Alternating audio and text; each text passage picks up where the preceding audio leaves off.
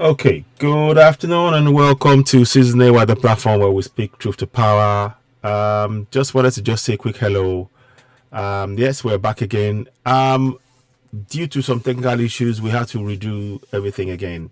But we're going to start from the beginning with this broadcast and we'll talk about it as we're going along. I might be almost 2 hours long or something, but I intend to interject in between and say as much as possible about the plans for inauguration of Tinubu. Now, please, those of you who are following us on YouTube, Citizen AY, and on Duati Radio 2, subscribe to Citizen AY, hit the notification button, and of course, give us a thumbs up. The purpose of our broadcast here is to record and to keep this event for posterity. It's not for us to decide what happens. It's for us to play and show you what happened. We don't dictate it. That doesn't mean in any way that we support or we're in for or against this inauguration. We are telling you the news as is happening, and that's what we're trying to do. There are many issues. One of the things that we definitely support is the idea that citizens must participate in their governance. The long-term goal remains for us. The medium to long-term goal remains for us, Yoruba Nation. So we are very, very clear about that. So we're comfortable in recording this event because it's an event that is happening that's going to impact our land, Yoruba land, specifically Biafra land. And we need to reflect that. That is why I'm showing this. I'll be making commentaries countering a lot of what is being said on this broadcast because it's important for us to counter the narrative that they're trying to portray here. Nigeria is not working, and that's why we continue to advocate for Yoruba Nation, Biafra Nation, and Middle Belt. Nigeria is simply not working. The image they're trying to portray here of a democracy, we're not a democracy. We the people never signed up for this constitution that's been imposed on us. What we can do is to use the powers within the current flawed constitution to ensure that we participate in our own governance. At a local level, we need people to be demanding for records of the monthly statements going out, monthly payments, monthly allocation going to local government. Where's that money going? Active collective participation at the grassroots in our local government areas and our communities is what will ensure that those elected officials will have to use the funds for what it was intended. And then that will now give us the power to now go forward and say, right, we want to change the referendum. Because when you engage in the government, the only way we can change this constitution is by engaging in that process. That's not to say we agree with it. Let me be very clear. We don't agree with the fraudulent constitution. But to be able to change it, we need to use the powers within it to now get what we want, and we have to adopt a twin track approach. My view is we need to adopt a twin track approach. So we are going to try and get what we can in the current system, and we're going to be building the system that we want, which is Yoruba Nation. We're going to be doing that. So that's one of the things that we need to really be very pragmatic about. So having said that, I hope this makes sense.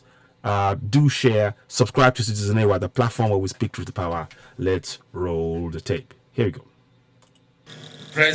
Former President of the Republic of Kenya, who has graced us with his profound insights in previous occasions, and I think he will do similarly today. Sorry about this. The plan. Your wealth of experience, Your Excellency, in governance, regional integration, and socio-economic transformation is highly esteemed, and we eagerly await the wisdom and knowledge you would impart upon us. Undeniably, Nigeria has experienced deep divisions and polarizations exacerbated by politics, poverty, and illiteracy. Political, ethnic, religious, and other fault lines have strained the fabric of our society, threatening the very essence of our unity. We acknowledge the damaging influence of hate news, disinformation, and the propagation of divisive narratives which have sown seeds of discord and hindered our socio-political development. In the light of these pressing concerns, The theme of this inauguration lecture, Deepening Democracy for Development, assumes paramount significance. It is our firm belief that by embracing this theme, we can transcend the existing fault lines and foster a renewed sense of common purpose, understanding, and shared responsibility among Nigerians. The profound significance of this lecture lies in its power to illuminate the path we must continue to traverse as a nation, deepen our democratic values, and unlock the full potential of our developmental aspirations. It is an occasion that calls for introspection, evaluation, and concerted efforts to strengthen our democratic institutions, practices, and processes. This gathering represents the essence of our collective aspirations as we come together to discuss and reflect upon the path we have traversed and the road that lies ahead. The 2023 Presidential Inauguration Lecture serves as a platform for dialogue and enlightenment and the sharing of ideas, all aimed at fostering the growth and development of our beloved nation. Today's program of events encompasses a wide array of topics that are pivotal to the progress and unity of our nation, from deepening democracy for development and integration to religious And they said, oh, you know what? economic growth, security, and youth inclusiveness. We have deliberately chosen these themes to provoke thoughtful conversations and generate actionable solutions. Through robust discussions and engagement, we hope to foster a collective vision for a better Nigeria.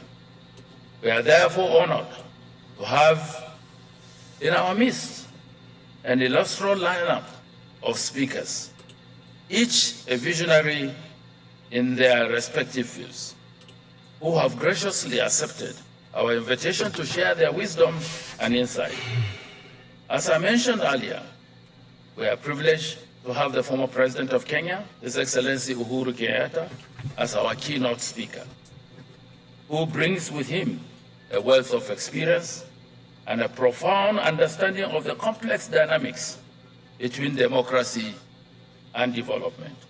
We are equally delighted to have the esteemed Sultan of Sokoto, His Eminence, Muhammad Saad Abubakar III, CFR, MNI, and the Most Reverend Bishop Matthew Hassan Kuka, the Bishop of the Catholic Diocese of Sokoto, who will enlighten us on the crucial topics of religious tolerance and inclusiveness.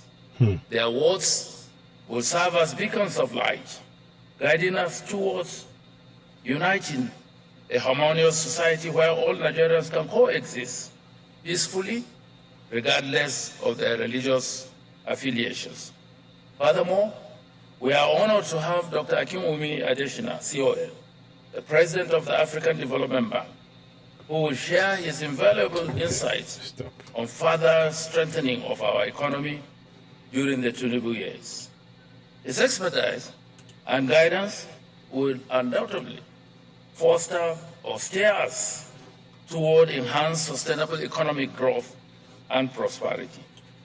We are also privileged to have Ms. Amina Mohammed, GCON, Deputy Secretary General of the United Nations, who through a recorded message will be sharing her deep understanding of the intersectionality between security and development. She will shed light on the path to achieving a secured and prosperous Nigeria. And finally, we have the youthful and esteemed Dio Israel, the national youth leader of the All Progressive Congress, who will emphasize the critical importance of youth inclusiveness in governance. His perspective will remind us of the immense potential that lies within our vibrant youth population and the need to improve them or empower them as catalysts for positive change. In conclusion, let us approach this inauguration lecture with open hearts and open minds, ready to embrace the wisdom shared by our esteemed speakers. May their insight ignite our imaginations, challenge our perspectives, and spur us to take bold and decisive actions that deepen our democracy and accelerate our journey towards sustainable development. May this inauguration lecture be the catalyst that propels us towards the Nigeria we continually envision, a Nigeria that thrives on democracy, embraces inclusivity, and realizes the aspiration of its people. Thank you once again. Welcome, and God bless the Federal Republic of Nigeria.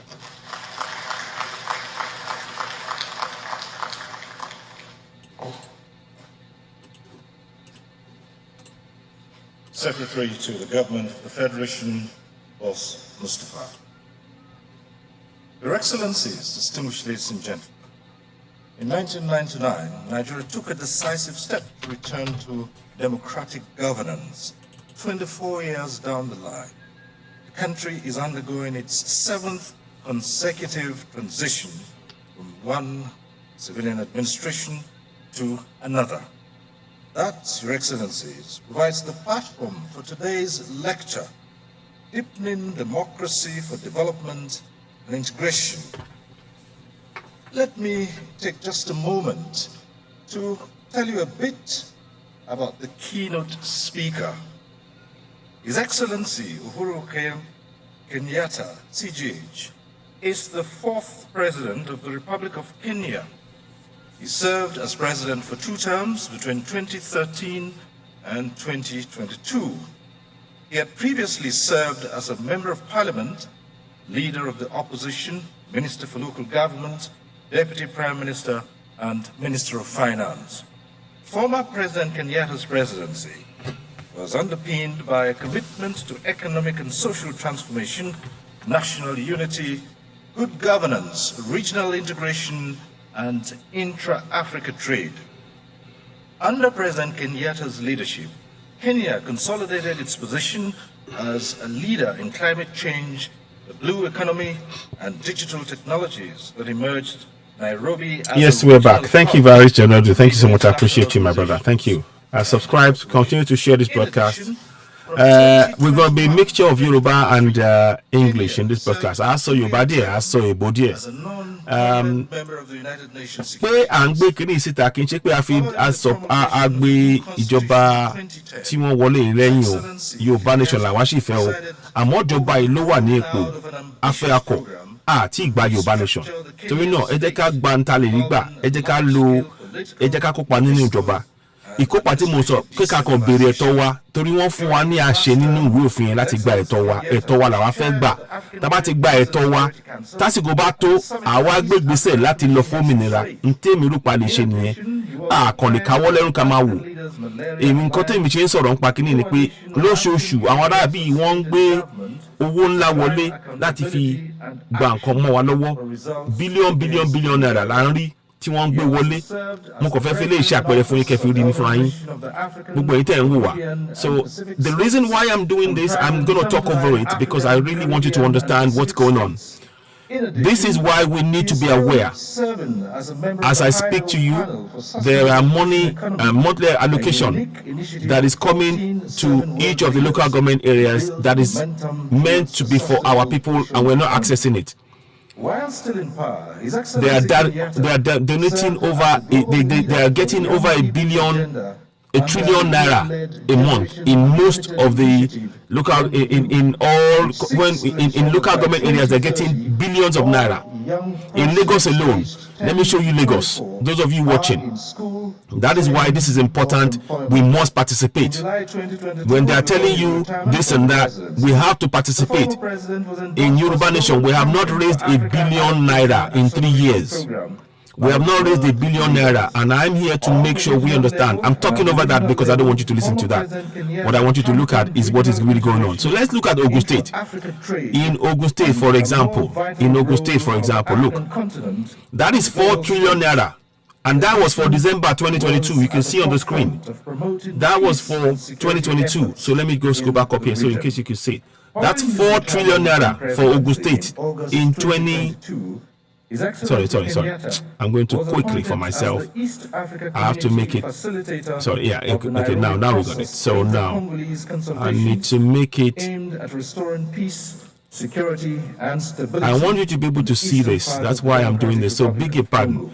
So Ogun State now, I'll show you again. Ogun State, you see, that's Ogun State. Ogun State, 4 trillion naira for Ogun State in the constitution in December.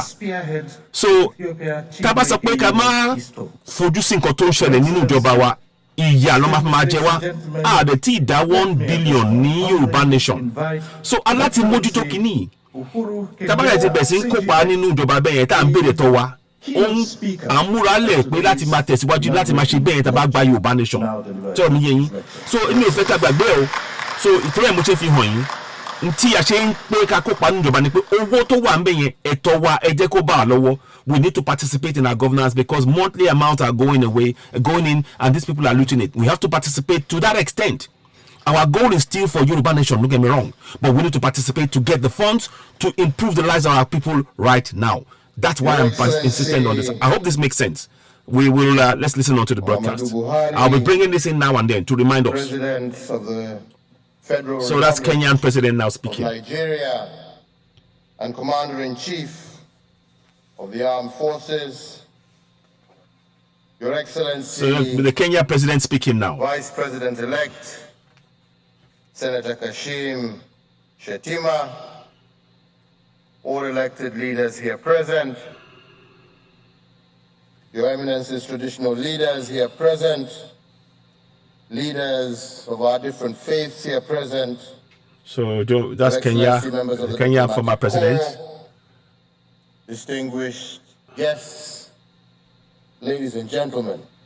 So please don't forget, go ahead and subscribe to Citizen AY on YouTube and Oduduwate Radio 2 on YouTube. We appreciate your support. This is just to give us a bit of a cover of what is going on so we are aware. Please do share. Thank you. And your entire team for inviting me to Abuja for the second time in under a year to engage together with you in meaningful discourse with leaders of Nigeria. So this is all in preparation for the May 29th of 2023. 29th of May 2023. Inauguration of Tinubu on Monday coming. To be one of my closest colleagues when I was in government, but also a wise and sober father figure in the name of President Buhari. Keep in mind, we are only reporting what is taking place. We are not in any way supporting it because the system has failed us collectively. But we have a duty to report what is going on in as far as we can. A club that remains exclusive because it only admits members who have willingly retired from office.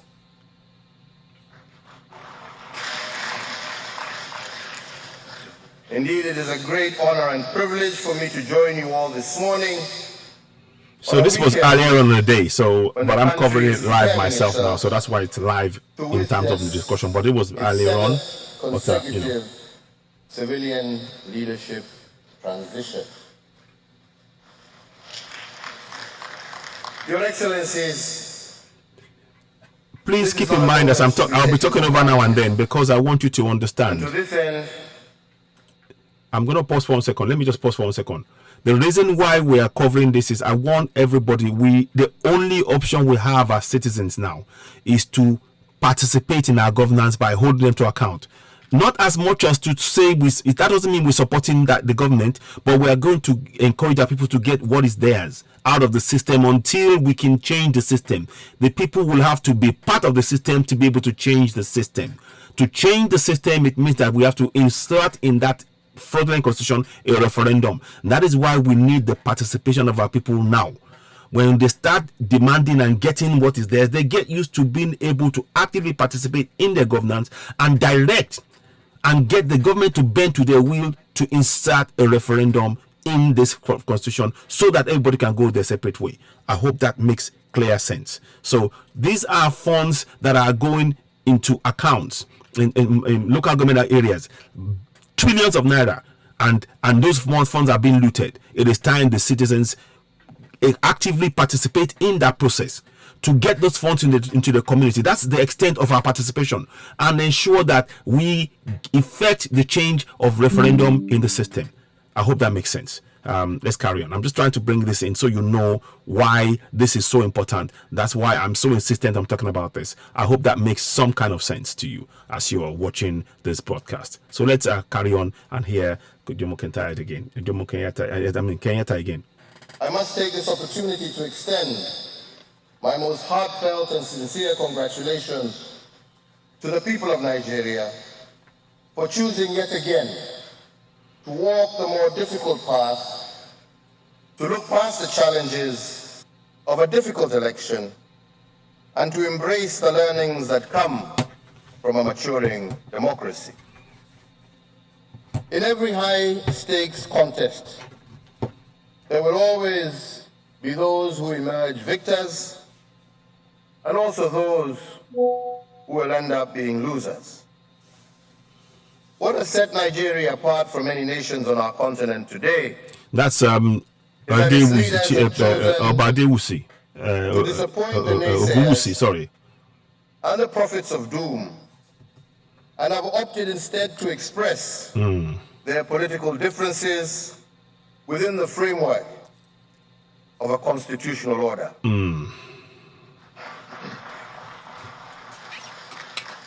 This is not an easy thing to do when there are many other ways and means to express dissatisfaction. Methods that could easily trigger civil unrest, lead to loss of life, and cause irreparable harm to your nationhood. In the unlikely event that no one has mentioned it to you, let me say it today, that Nigeria is a country blessed with a generation of great leaders, both inside and outside of the government. Yes and no. Yes and no. But in Lagos or Anambra, I salute you all for steering the nation peacefully up to this milestone moment. Your Excellencies, ladies and gentlemen, I was invited here to speak on the topic of deepening democracy for development, a subject that remains close to my heart, and it is my hope that you shall permit me to speak freely and to say things as they are, so that you can glean the most from my own experiences and observations as a former head of state. Experiences that not only celebrate success, but that equally acknowledges challenges. And I want to speak to you not as a Kenyan speaking to Nigerians, but as one African speaking to fellow Africans. Your Excellencies, ladies and gentlemen, the last set of African nations to attain self-rule and independence from the shackles of colonialism and apartheid was 33 years ago in 1990, when Nelson Mandela and Sam Nujoma took the reins of their respective countries. One would have expected that 3 decades on from the departure of those who were oppressed, sadly, discriminated, it's been a mirage. and exploited Africa must wake up. for centuries. Africa must wake Our up. continent, We Africa, need to wake up. We've not would done find ourselves well at all. to be not only more prosperous, but socially and economically stable. I don't agree with that statement. Our immense, I don't agree with that statement. God-given mineral wealth, our agricultural potential, and our abundant human capital to propel the well-being of our citizens and to strengthen our voice in the global community of nations. It is sad to note that today, many thousands of our children are migrating to Europe on fishing boats. I'm glad you spoke. Fleeing from chaos and poverty. I agree. And braving harrowing dangers. Fact. In search of a so-called better life. Yes. Over the last 5 decades, more than half the countries in Africa have experienced some form of armed conflict. African states. Now you're speaking truth. Now. Have been at war with each other. Now. Or at war with themselves. Today, as I stand before you, there are at least 15 active theaters of non-international armed conflict on our continent. 15. With a few more teetering on the brink. Africans, we need to do better. But we must go back and ask ourselves, why are we here? I'm so glad this speech is being said. We must remember that when our borders were carved up in European boardrooms in the late 1880s, our societies were torn apart by boundaries that do not reflect how we would have chosen to organize ourselves.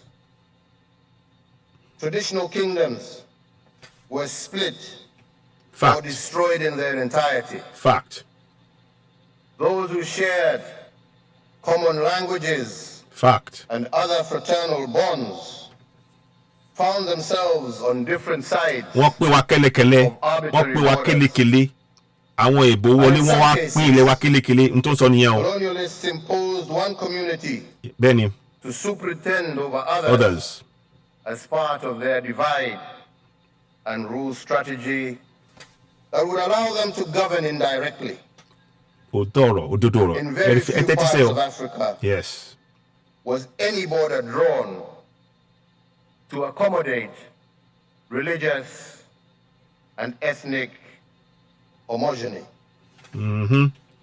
As a consequence, we found ourselves inside countries. Please subscribe. As you're watching, subscribe on Oduduwati Radio, subscribe on Citizen AY. We really appreciate your support. Continue to support. Subscribe, please. Thank you very much. That you deal and live with what you're dealt with. And make the most of it. Why do I say so? I say so because these differences, in and of themselves, are not Please don't forget to like and share the broadcast. If you're watching on Citizen AY, like and share the broadcast. If you're watching on the Oduduwati Radio too. We really need your support. Help us grow the platform. Thank you so much. In our diversity, if we are really serious about assuming our rightful place in this world as Africans. And why do I mention this? Because it is important to understand the genesis of most of these conflicts and what impact they have on our development trajectory as a continent. We must strive to identify the natural fissure lines existing within our societies that make it so easy for conflict to thrive and for democracy to be undermined. Against this backdrop, we can drill down to what I feel and believe are the three fundamental issues that are so easily weaponized to the detriment of our democratic growth. The first of these is negative ethnicity or tribalism. That was a creation of the colonials, by the way. Economic greed. When you look deeply at the crux of most of our conflicts within our continent, We are either fighting for ethnic or sub-ethnic superiority of one community at the expense of others, or we are propagating divisive narratives that have their origins in religious differences or sectarianism. Indeed. As we sit here today, we know for a fact that some of these elements I have mentioned remain a clear and present danger for the future of Nigeria. Please subscribe, share, like, and share Citizen AY, the platform where we speak to the power. We really appreciate your support. We will be covering this broadcast over the coming days brought about by a and peaceful weeks. and orderly transition to take stock of what sort of future it wants for the people of this country and for the future of this nation. Will Nigeria continue fighting for its place on the world stage with one hand tied behind its back? Or will it use this moment in time to embrace a brave new way of doing things and thereby unleashing the full might of this green giant? As you ponder on that thought, allow me to take you back to a time in 2013 when I was first elected into office. At that time, I was facing the most serious challenge of my life, both as an individual and in my capacity as president. I was facing a trial at The Hague for alleged crimes against humanity, charges that were later proven to be unfounded. As President I went on Uhuru into State Kenyatta, House, that's his name, President Uhuru I found Kenyatta. myself introspecting more and more as to how I ended up in this unenviable position and what were the deeper issues and what these could be. I summarized at the time that it was an unfortunate side effect of the deeply contested 2007 elections that led to widespread interethnic violence, causing the loss of some 1,300 lives and the displacement of over 600,000 Kenyans. Thank you for those of you joining us on the broadcast. We thank you so very much. Citizen AY here. Please subscribe, share, hit notification button, leave comments. This is a very important speech. Or ethnic communities ostensibly associated with the leading political actors of the day. My predecessor and the third president of Kenya, His Excellency the late Mwai Kibaki, the leader of the opposition at the time, the Honorable Raila Odinga, my successor and the fifth president of Kenya, William Ruto. William Ruto is a great man. Of course, yours truly, myself, as the party leader of the then Kenya African National Union and a supporter of the incumbent President Mwai Kibaki.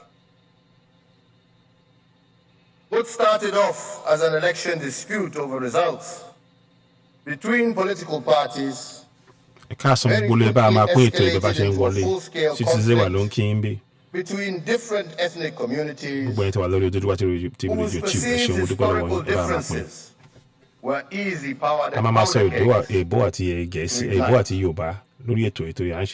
did we get to this low point? Whereas what happened in 2007 was unprecedented in its scale and ferocity, election-related violence was not a new phenomenon in Kenya per se. We had seen some different manifestations of ethnic-based electoral violence from the early 1990s with the reintroduction of multi-party democracy. However, nothing was like what we were to witness in 2007 and 2008. With a country of 43 distinct ethnic communities, having been led exclusively by 2 tribes from independence, we had always found a way to gloss over the issues of negative ethnicity, hoping that by ignoring fostered by the colonials, by the way, it would somehow sort itself out. Nothing could have been further from the truth. In fact, in the year 2002, after what many say was Kenya's first truly democratic multi-party elections, a new government was ushered in that raised the expectation of the citizenry. Hopes were high that equitable development, economic uplift would impact the lives of every Kenyan without discrimination. During this brief honeymoon phase, the country's economy boomed, with Kenya posting a real GDP growth rate of 6.9% at the close of 2007. However, please like, share, and subscribe. Leave comments on Citizen AY, the platform where we speak truth to power. We thank you all very much. Those of you who are watching us live and joining, please do leave comments. We encourage you. Thank you for your support. We are close to 3,000 subscribers on Citizen AY, the YouTube platform, the platform where we speak truth to power. Thank you all once again. Keep listening. Thank you. All came to the fore. The differences came out in the open when the first attempt was made at a constitutional referendum in 2005. The government-sponsored referendum bill was resoundingly rejected by we who were in the opposition, and unfortunately the stage set for a monumental fight in the run-up to the 2007 election. When the election came round, it seemed that the perfect trifecta had formed. The inequalities in development became more and more difficult to ignore. The feelings of some communities that they had been excluded from the national agenda or outrightly subjugated by the government of the day was palpable. All that was needed to ignite the situation was a closely contested election. And when that came, the tinderbox was lit. The rest, as we say, is history, and unfortunately the start of one of the darkest moments in Kenya's independent era. When the dust had settled, Kenya thereafter was to experience its most profound constitutional moment yet. The fear of a return to violence created the much-needed environment for constitutional reforms that would transform the system of governance from that of a powerful central government to that of a devolved system of governance. The premise of the reforms was to find a way to guarantee equitable distribution of development across the entire country as a matter of right and not by dint of any political privilege.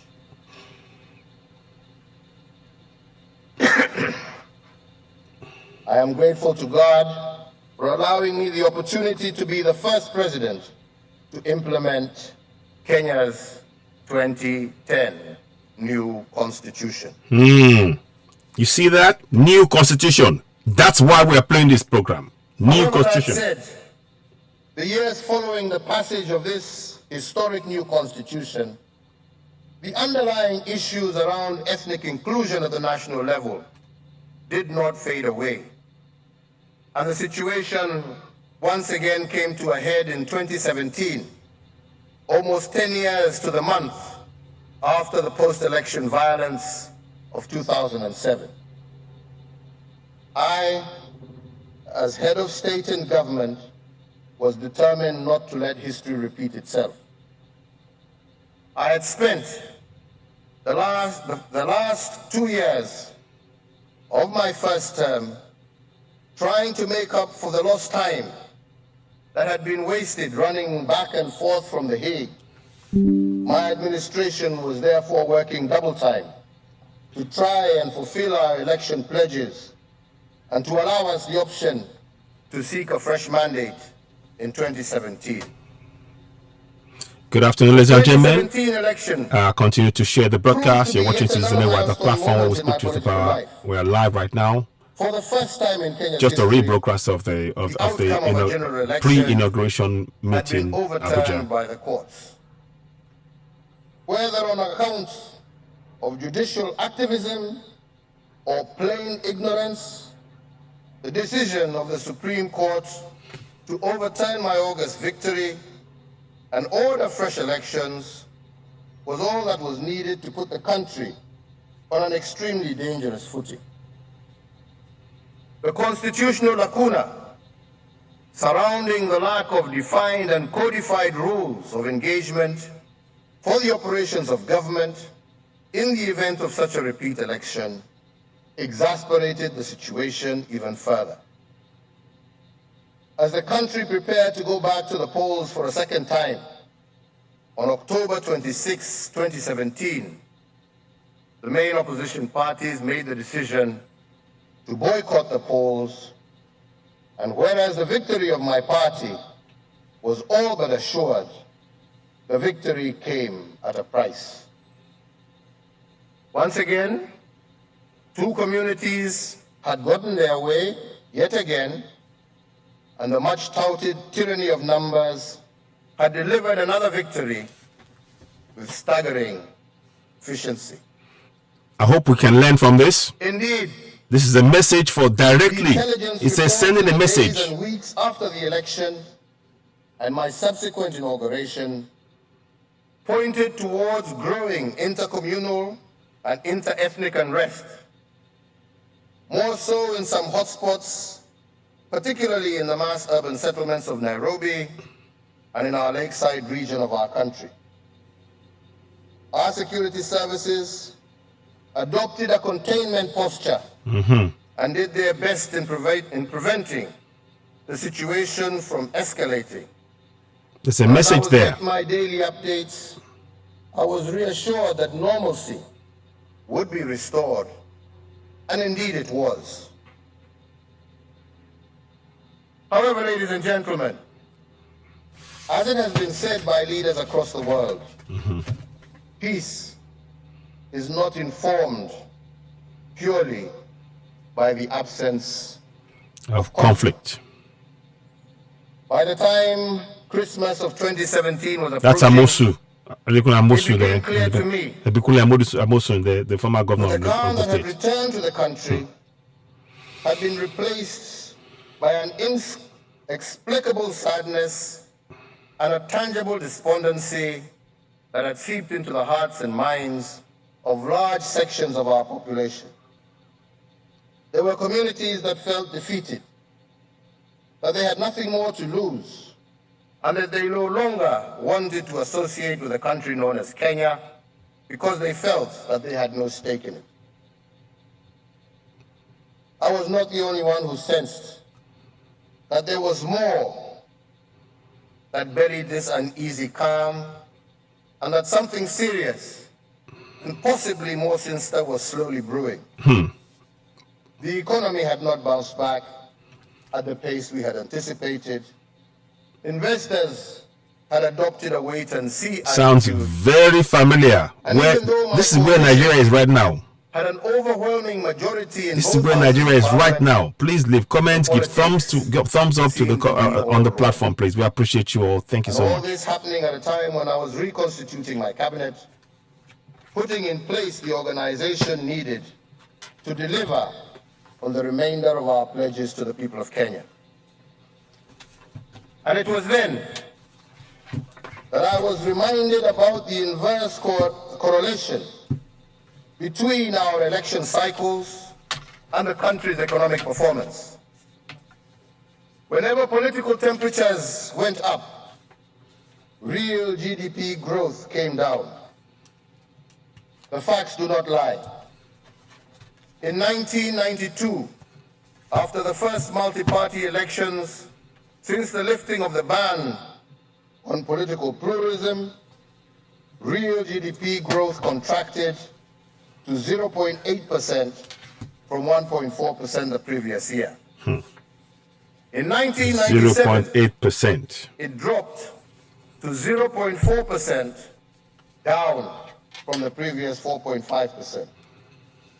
The same thing happened in 2008, when the economy virtually ground to a standstill. The long and short of it was that after every election from 1992, our country would take a hit for up to 2 years. Things would then settle, and shortly thereafter, we would be once again in campaign mood, and the vicious cycle would readily repeat itself. This meant that during every election cycle, thousands of jobs were lost. Private investment and private sector. This is a message. He's sending a message to the people seated there. I hope they're listening. I hope they're listening. I doubt it. Agenda. I doubt they're listening. I hope they're listening, but I doubt that they're listening. I doubt it. Possibly one of the most difficult decisions of my presidency. And I resolved two things. Firstly, that I would deliver on my development promise no matter what.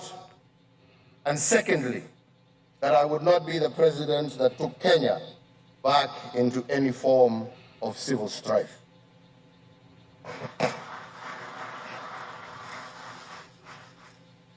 Your Excellencies, ladies and gentlemen, it was not weakness that led me to seek out the leader of the opposition at the time, the Right Honorable Raila Odinga. It was the appreciation that it was not about him, but rather the people whom he represented. Buhari, we should be clapping, no? But you're not clapping. Buhari is not clapping, no? By our brand of politics and the imperfections of our democracy. Ladies and gentlemen, please, we encourage you all. Do leave comments. Let's hear your thoughts. We will reply back to your comments directly on both Citizen Newa and Oduduwa TV Radio 2. Leave comments, give thumbs up, hit the notification button, share to family and friends. Very important discussion here. Thank you. Our country, Kenya, exhales a breath of fresh air and freedom.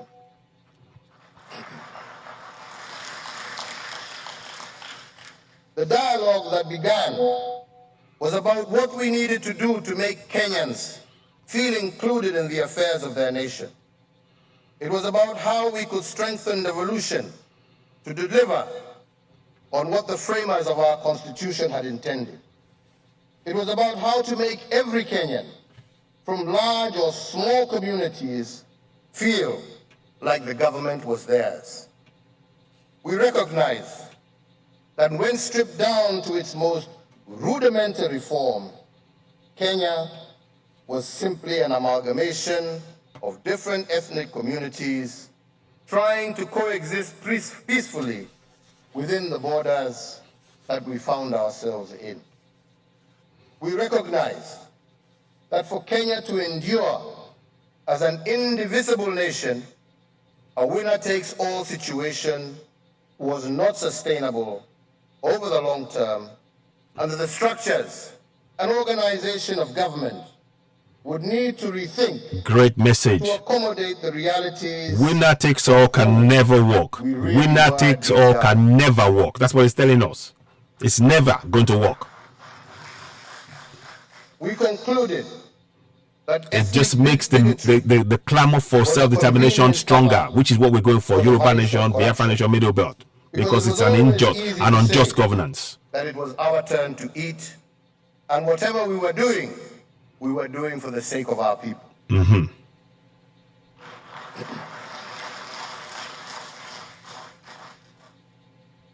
Even as the country sighed in relief after the handshake, the weight did not lift from my shoulders, for I now had the arduous task of taking and carrying along with me on this journey those who had benefited from the previous status quo.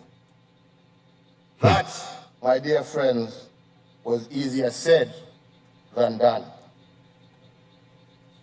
Many of those from my political strongholds could not comprehend why any political concessions needed to be made to those from other political parties, more so because many of the proposals meant that the tyranny of numbers wielded by the larger communities would no longer be an assured path to absolute power.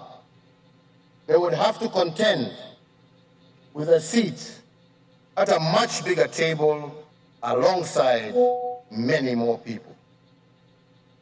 The hardliners in my camp would remain skeptical. Yes. And would take any bump along the way as an excuse to tell me. Great comments, Waris General. Thank you very much on Onodudu Active Radio 2. Thank you so much for your comments there. We welcome them so much. Thank you so much. We want our brothers and sisters back on the streets. We want to go back to tear gas and rubber bullets to be our only tools of persuasion. This I flatly rejected, and I said,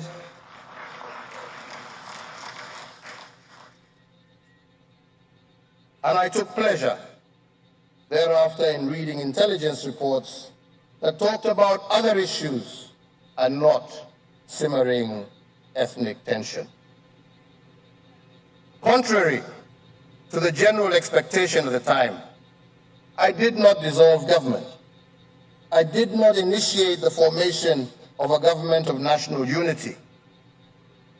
Both Raila and I knew that the issues we were discussing were too deeply rooted in our people's psyche to be resolved by some simplistic cosmetic touch-ups.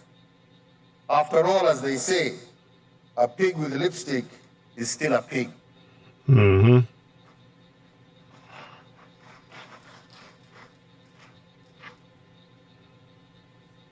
To some on both sides of the divide, the handshake was an inconvenient occurrence in the succession arithmetic.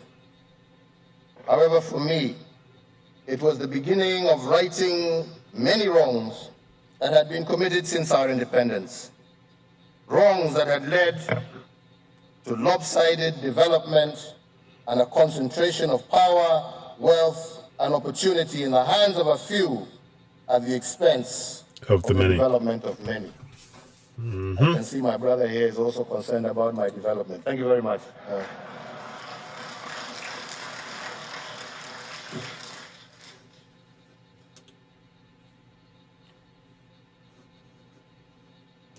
My decision to pursue an agenda of inclusivity bore fruits in many ways. In the period from 2018 up to 2022, thank you very much. Kenya recorded some of its fastest development gains. It was the togetherness of the Kenyan people that allowed my administration to steer the country through the difficulties of COVID-19 that ravaged both lives and livelihoods. It was the unity of purpose that allowed Kenya to play its rightful role in the international stage by securing a non-permanent seat at the UN Security Council and playing host to a multitude of international events. In 2022, it was this unity and sense of inclusion that allowed us to experience one of Kenya's most peaceful general elections while closing the year strong economically. AKB Ventures, thank you. GDP yes. Growth rate of 4.8%. AKB Ventures, thank you so much for your comments on there. I appreciate that. Yes. You said On the zoo is 6th gone of September forever. Referendum is a 2022, democratic I process. handed over Restoration the of reins Biafra, of Odudua, and leadership other ethnic nations in to my Nigeria is the successor, better President William safety and success of Ruto, Africa. in a Absolutely. colorful and AU and peaceful ECOWAS should ceremony. stop playing with It was politics a with our proud lives moment of for indigenous me and people for of Kenya. Biafra and Oduduwas. No matter Well what was said. felt about the Well said, outcome my of the brother. I elections, appreciate that. we stayed true to our constitution. I will, yeah. Although I completed my term in office, having not realized to my full satisfaction the agenda of de-risking Kenya's governance structures for the benefit of future generations, I remain committed to the cause because I feel that when we embrace inclusion, consultation, and consensus building in our politics, it only serves to improve the lives of our citizens. Thank you. Well said. I wonder who brought this man here to speak, because this is a speech timely now. And that politics remains the art of the possible. As I today settle into my retirement and shift my focus, time, and energy towards the peaceful resolution of conflicts on our continent, I remain alive to the fact that I must continue to play a part in fostering peace in my home country of Kenya.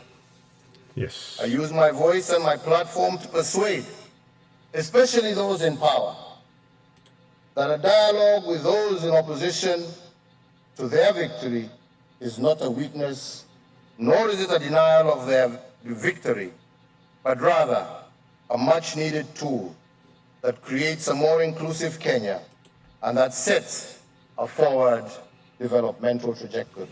Absolutely. Well said. A trajectory that meets the expectations of all in our society.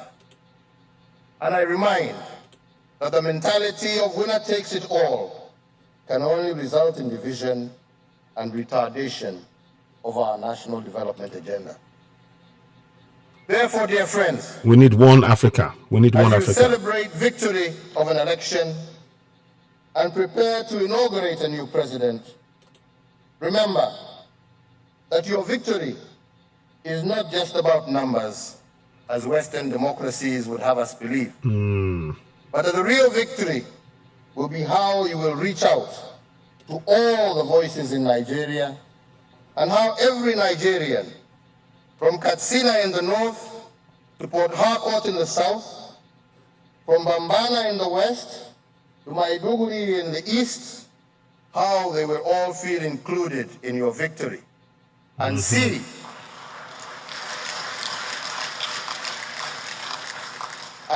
your government as their government, your agenda as their agenda, one Nigeria, one government for all.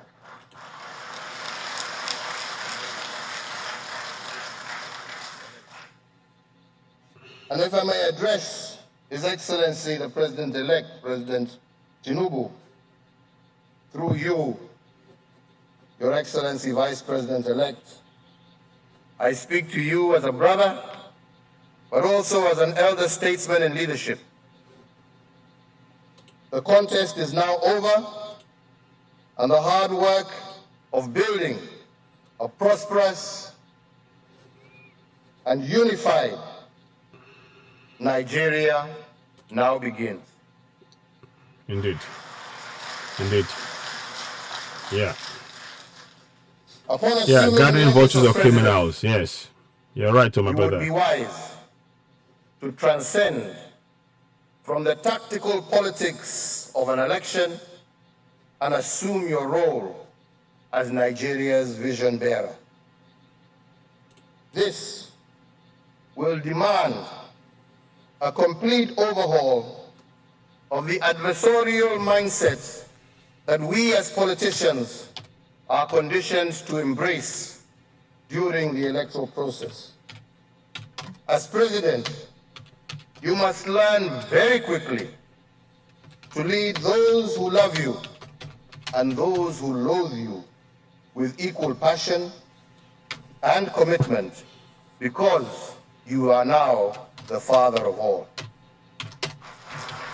Yes. Your Excellency, when countries are in election mode, the people and its leaders are more divided than ever and boxed into their various sectarian and partisan interests. However, when you are the head of state and you take command of the country's armed forces, you become the embodiment of the sum total of the many different ethnic groups, religions that make up your country, and you become the symbol of unity. Indeed, you become the face of Nigeria. I encourage you to surround yourself with the voices of those who will counterbalance the hardliners that feel entitled to a piece of your office. You will lose nothing and gain everything by reaching out across the political, ethnic, and religious lines to those who may feel aggrieved by your victory in one way or another. Please allow them to exhale and be part of your vision for a greater Nigeria. I finally It is my hope say, my prayer I firmly say that the lessons Yoruba from Nation across the has to be continent the gold will Biafra give you the middle belt for resolve me, because the walk current the crop of difficult leaders, path I don't see how it's going to work. overcoming That's those why I say three participation in our enemies. governance is I important. started by mentioning the three enemies of nationhood: negative ethnicity, religious discrimination, and corruption. As your fellow African, I look forward to a Nigeria that emerges from this transition ready to flex and fight for its rightful place on the global stage with both hands at the ready. We're hemorrhaging talents in Nigeria. Your That's evidence of Excellency, bad governance. President We're Buhari, hemorrhaging talents to the rest of the once world in again, Nigeria. thank That's you evidence of bad for governance. your leadership.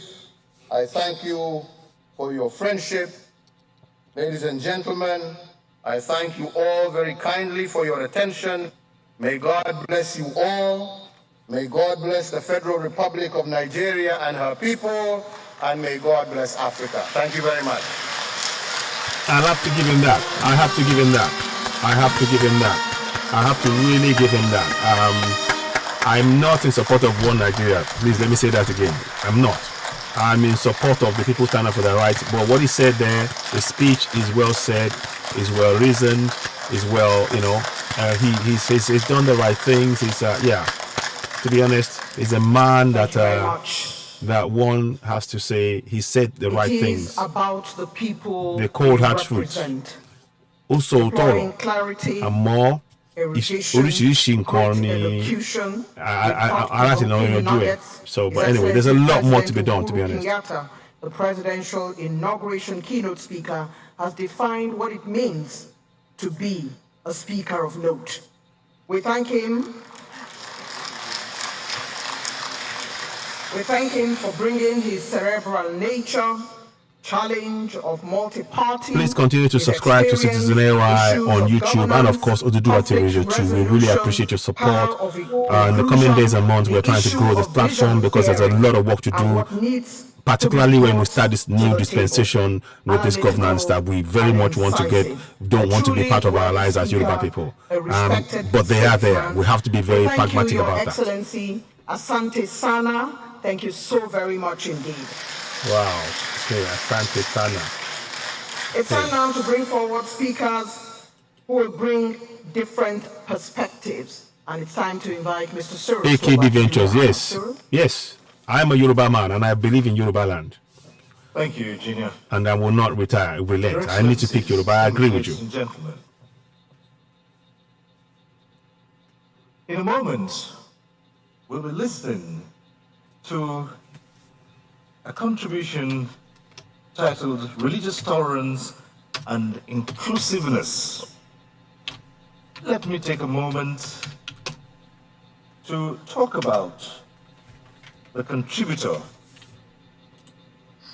His Eminence Muhammad Saad Abubakar, CFR, MNI, is the 20th Sultan of Sokoto and President General of the Nigerian Supreme Council for Islamic Affairs, ascending the throne of his forebears some 17 years ago. This foremost traditional ruler was a career military officer and rose to the rank of a one-star general before answering the call to mount the exalted throne of both the head of the Sokoto Caliphate and spiritual head of Muslims in Nigeria. He served as defense attaché of the Nigerian High Commission to Pakistan with concurrent accreditation to Iraq, the Gulf states, and Saudi Arabia. His clear display of intense patriotism and passion for Nigeria's development saw him attending the senior executive course at the National Institute of Policy and Strategic Studies, Kuru, in 2006. Presently, he serves as co-chair of the Nigeria Interreligious Council, a body established to provide religious and traditional Religion is the with a biggest platform stumbling to block. contribute Religion to national and this cohesion tribalism and it's a promote deadly greater combination. interaction And I will so do as a better program about religion and understanding among the tribalism leaders and how they're and their used by the followers colonials to in the divide country. Africa Your Excellencies, till today. distinguished ladies and gentlemen, may I now respectfully invite His Eminence Muhammad Saad Abubakar III, CFR, Sultan of Sokoto, to deliver his statement. Your Eminence.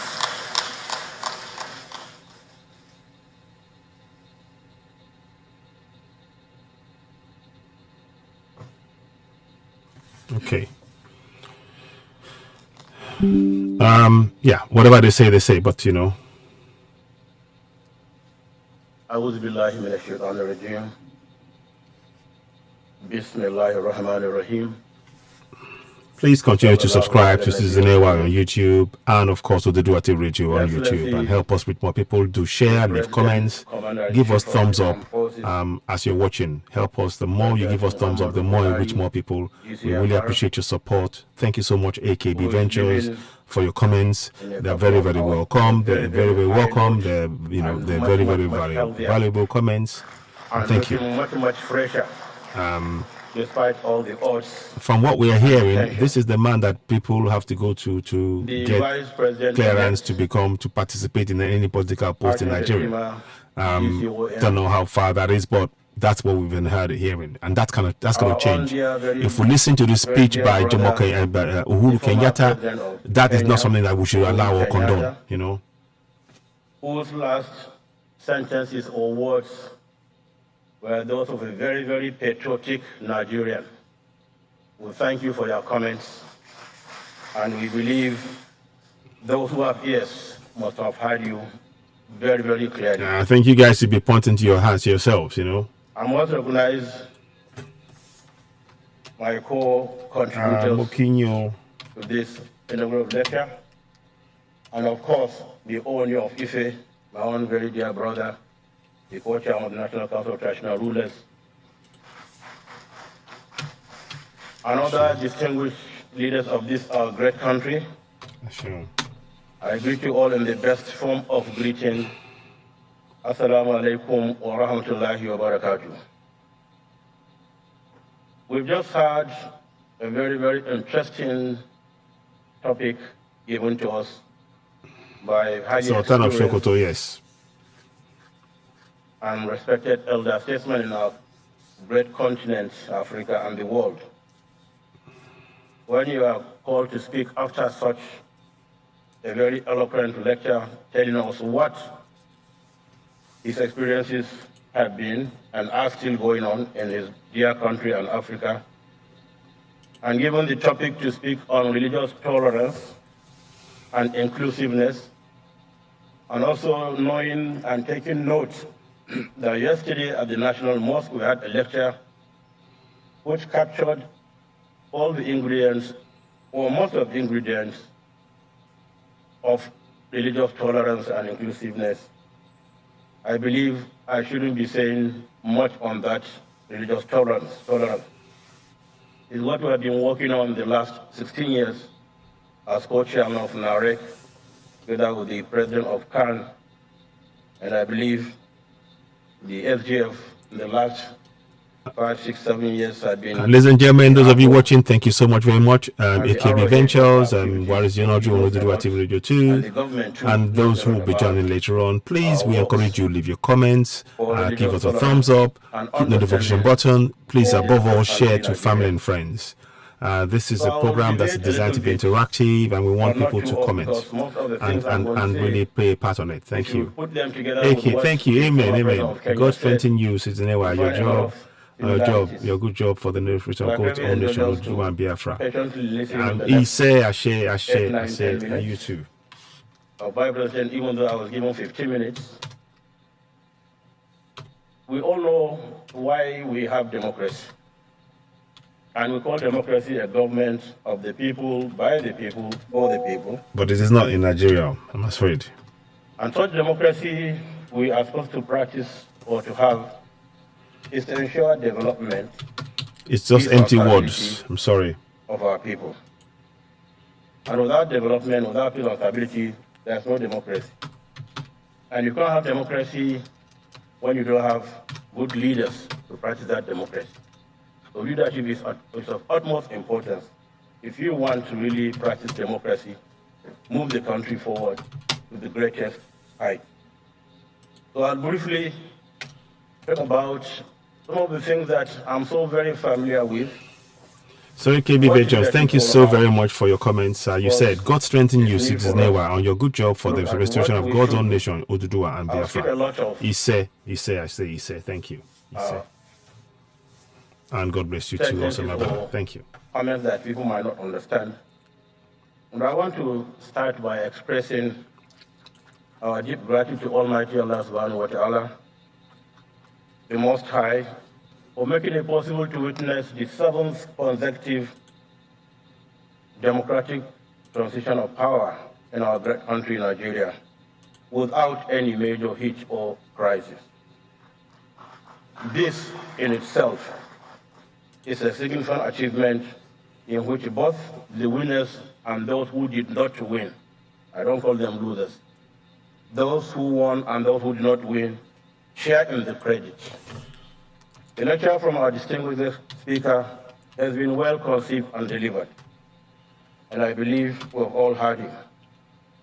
Our task here is to see how we can enrich the conversation by broadening the perspectives and propounding advice to the incoming administration of our great country on ways to improve on governance and development in an atmosphere of peace and security. Coming from a tradition of good governance that is informed by an intellectual tradition, which itself is an heir of a long tradition of governance going back to the empires of Ghana, Mali, and Songhai, perhaps my contribution to dwell on the writings of our forefathers who established the Sokoto Caliphate over 200 years ago. Being scholars, these leaders have left behind over 350 different works between the three prominent figures. I'll just provide some few snippets to take us through this short presentation. On the necessity of government, for example, Sultan Muhammad Bello said, it is certainly known that if it were not for the power of rulers, no person would have been safe in his house, let alone in the wilderness, nor would it be permissible for any person to collect tax. Also, you're welcome to give us love on the platform as you're watching it. If you hit the love button, I'll show you how that works. I'm just going to show you that. So you just hit the red button on the side. The prime ministers, the governors, and the judges. So just go back again. You see it come up in a minute. So may be maintained and the proper order of the entire world be established. So love if it were not for the authority so key by the entire one they join broadcasting so motion about legally condemned to death so connect when they seek to obtain so their rights. they must be free from the caliphate this year by God's grace. AKB Ventures. He said, Rulers in our case are those who have been elected to govern us, govern our country or our states at both the federal and state levels. Should see leadership as a trust from God, for which they have to ultimately account to Him, as Sheikh Abdullah bin Fodio said. Verily, political power is a vicegerency from Allah and a stewardship from God's apostle. How great then its dignity and how heavy are its burdens. If the leader Ogunwusi, Ogunwusi, will take ascendancy Oni Ogunwusi. If he goes astray, Oni of will fall victim to worldly lust. Therefore, fear God. Know that every soul shall have a taste of death, and you shall receive your full recompense on the day of judgment. Leadership is also service to the people. As Sheikh Uthman Amfodio said, seeing to the welfare of people is more effective than the use of force. It has been said that the crown of a leader is his integrity, his stronghold is his impartiality, and his wealth is that of his people. There will be no triumph with transgression, no rule without learning. That's Buhari there. Leadership just above my head. sentience. In the broadcast. No society can rise above its leaders. In other words, it is the quality of leaders which determines and pets the quality of it's society. not comfortable, but still present at such irritating events. I agree. I mean, there are questions to be asked. Leaders are like a spring of water, and all our officials are like water wheels. If the spring is pure, the filth in the water wheels cannot harm it.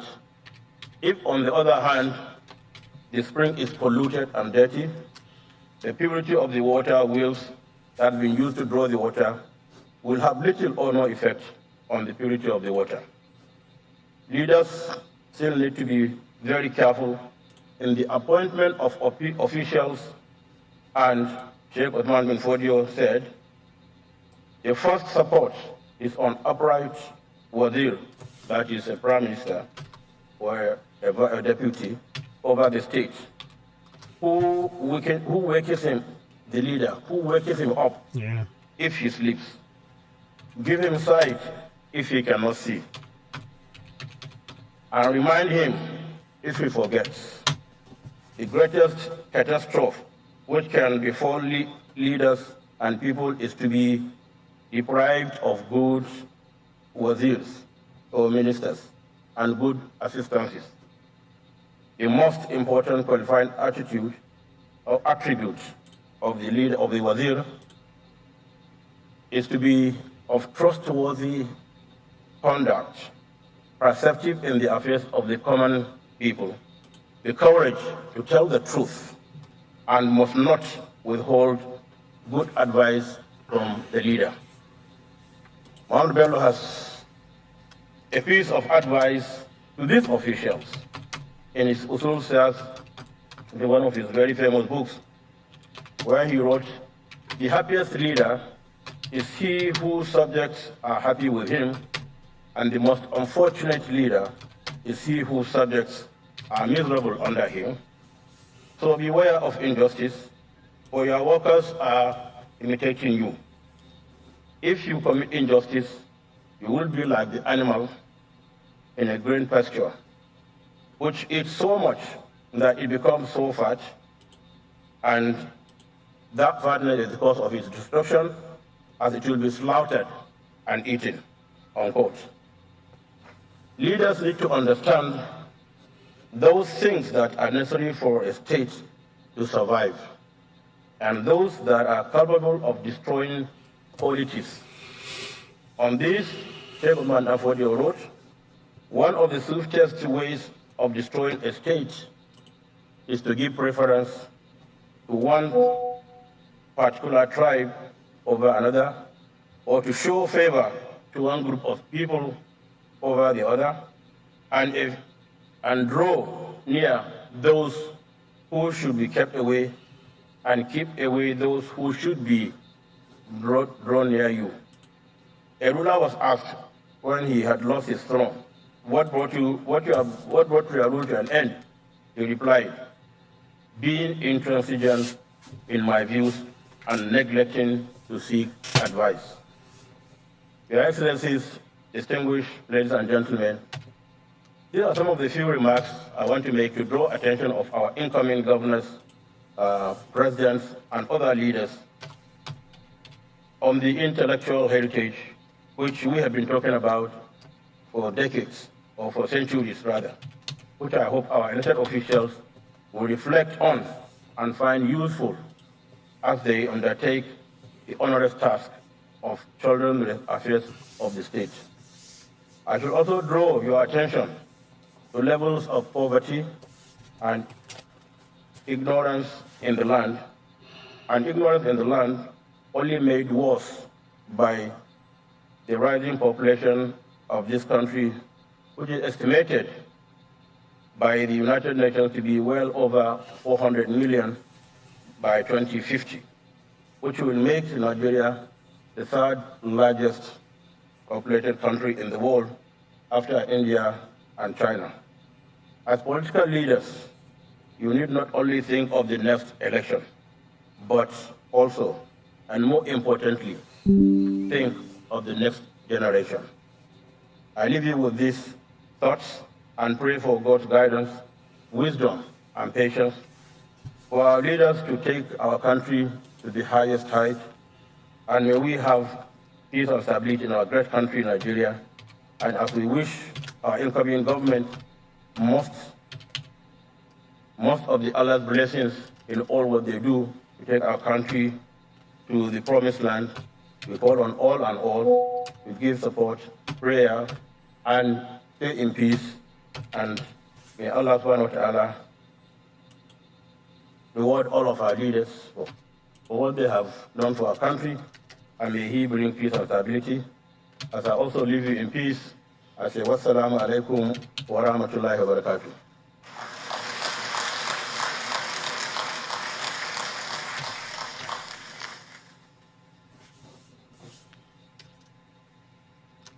His Eminence Mohammed Saad Abu Bakr III, CFR, Sultan of Sokoto, speaking there. Your Excellencies, distinguished ladies and gentlemen, now with a different perspective on the same topic, religious tolerance and inclusiveness, is the contribution of Bishop Matthew Hassan Kuka, a religious cleric of repute, an author of distinction, an irrepressible social critic, and an unrepentant advocate for social justice, equity, and a better society at home and worldwide.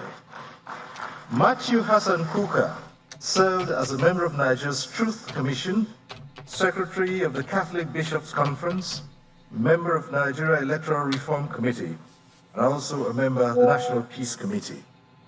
A Kennedy School of Government master's degree holder in public policy, he also holds a Doctor of Philosophy degree from the School of Oriental and African We'll also hear Studies from the man in the University of African Development Bank Matthew Hassan Kuka is currently the Catholic seated Bishop there, but Sokoto Bishop Kuka will Your speak. Excellencies, Me, ladies and I do gentlemen, not hold much may I invite regard for Bishop religious Matthew Hassan religions Kuka. because they are part of the problem for us. For me personally, I find that a difficulty, but we will listen nonetheless.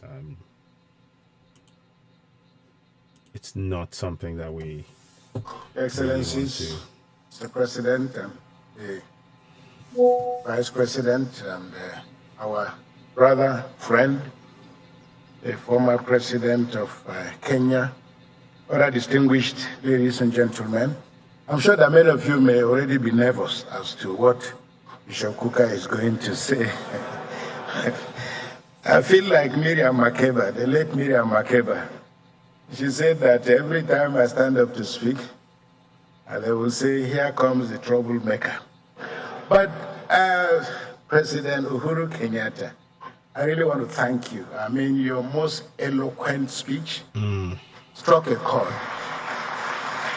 And had I received a copy of your speech earlier, I think that even that alone should have broadened the scope of our conversation. As you can see, the Sultan and I are different. He's taller than me. He has a much more regal appearance. And he's spoken to you about the caliphate and its wonderful values. I'm a citizen of Nigeria living in Sokoto, but I'll come from a slightly different perspective, from the point of view of constitutionalism and constitutional governance and how all this fit into religion. Because I think the temptation for many of us is to assume that somehow religion is a problem. It is a problem. And I think the former president's speech made the point very clear that religion, just like any other form of identity, whether it's ethnicity, religion, gender, the real problem is when these categories are left unattended to.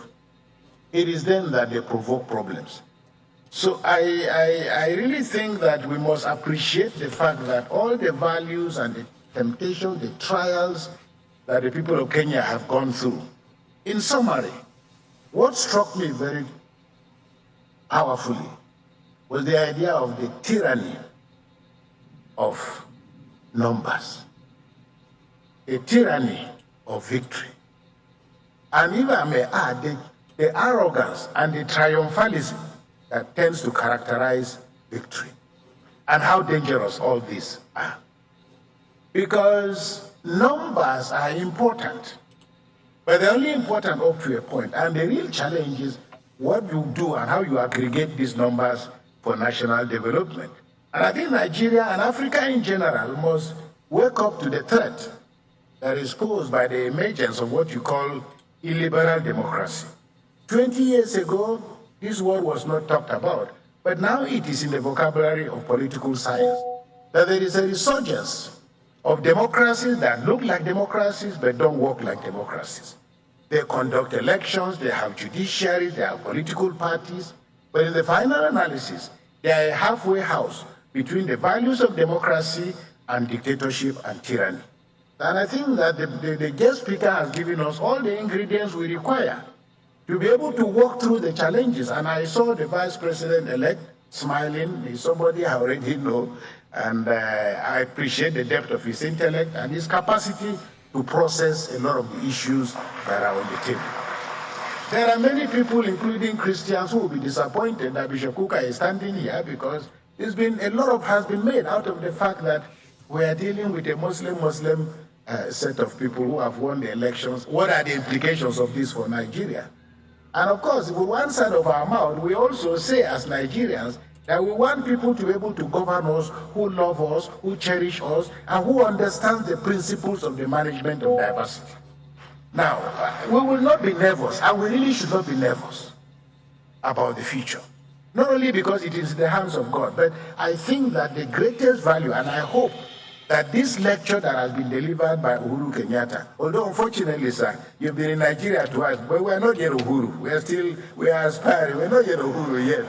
But I hope that it provides the incoming government with the texture, the material that it requires. Because how to build a good society is not a complicated thing.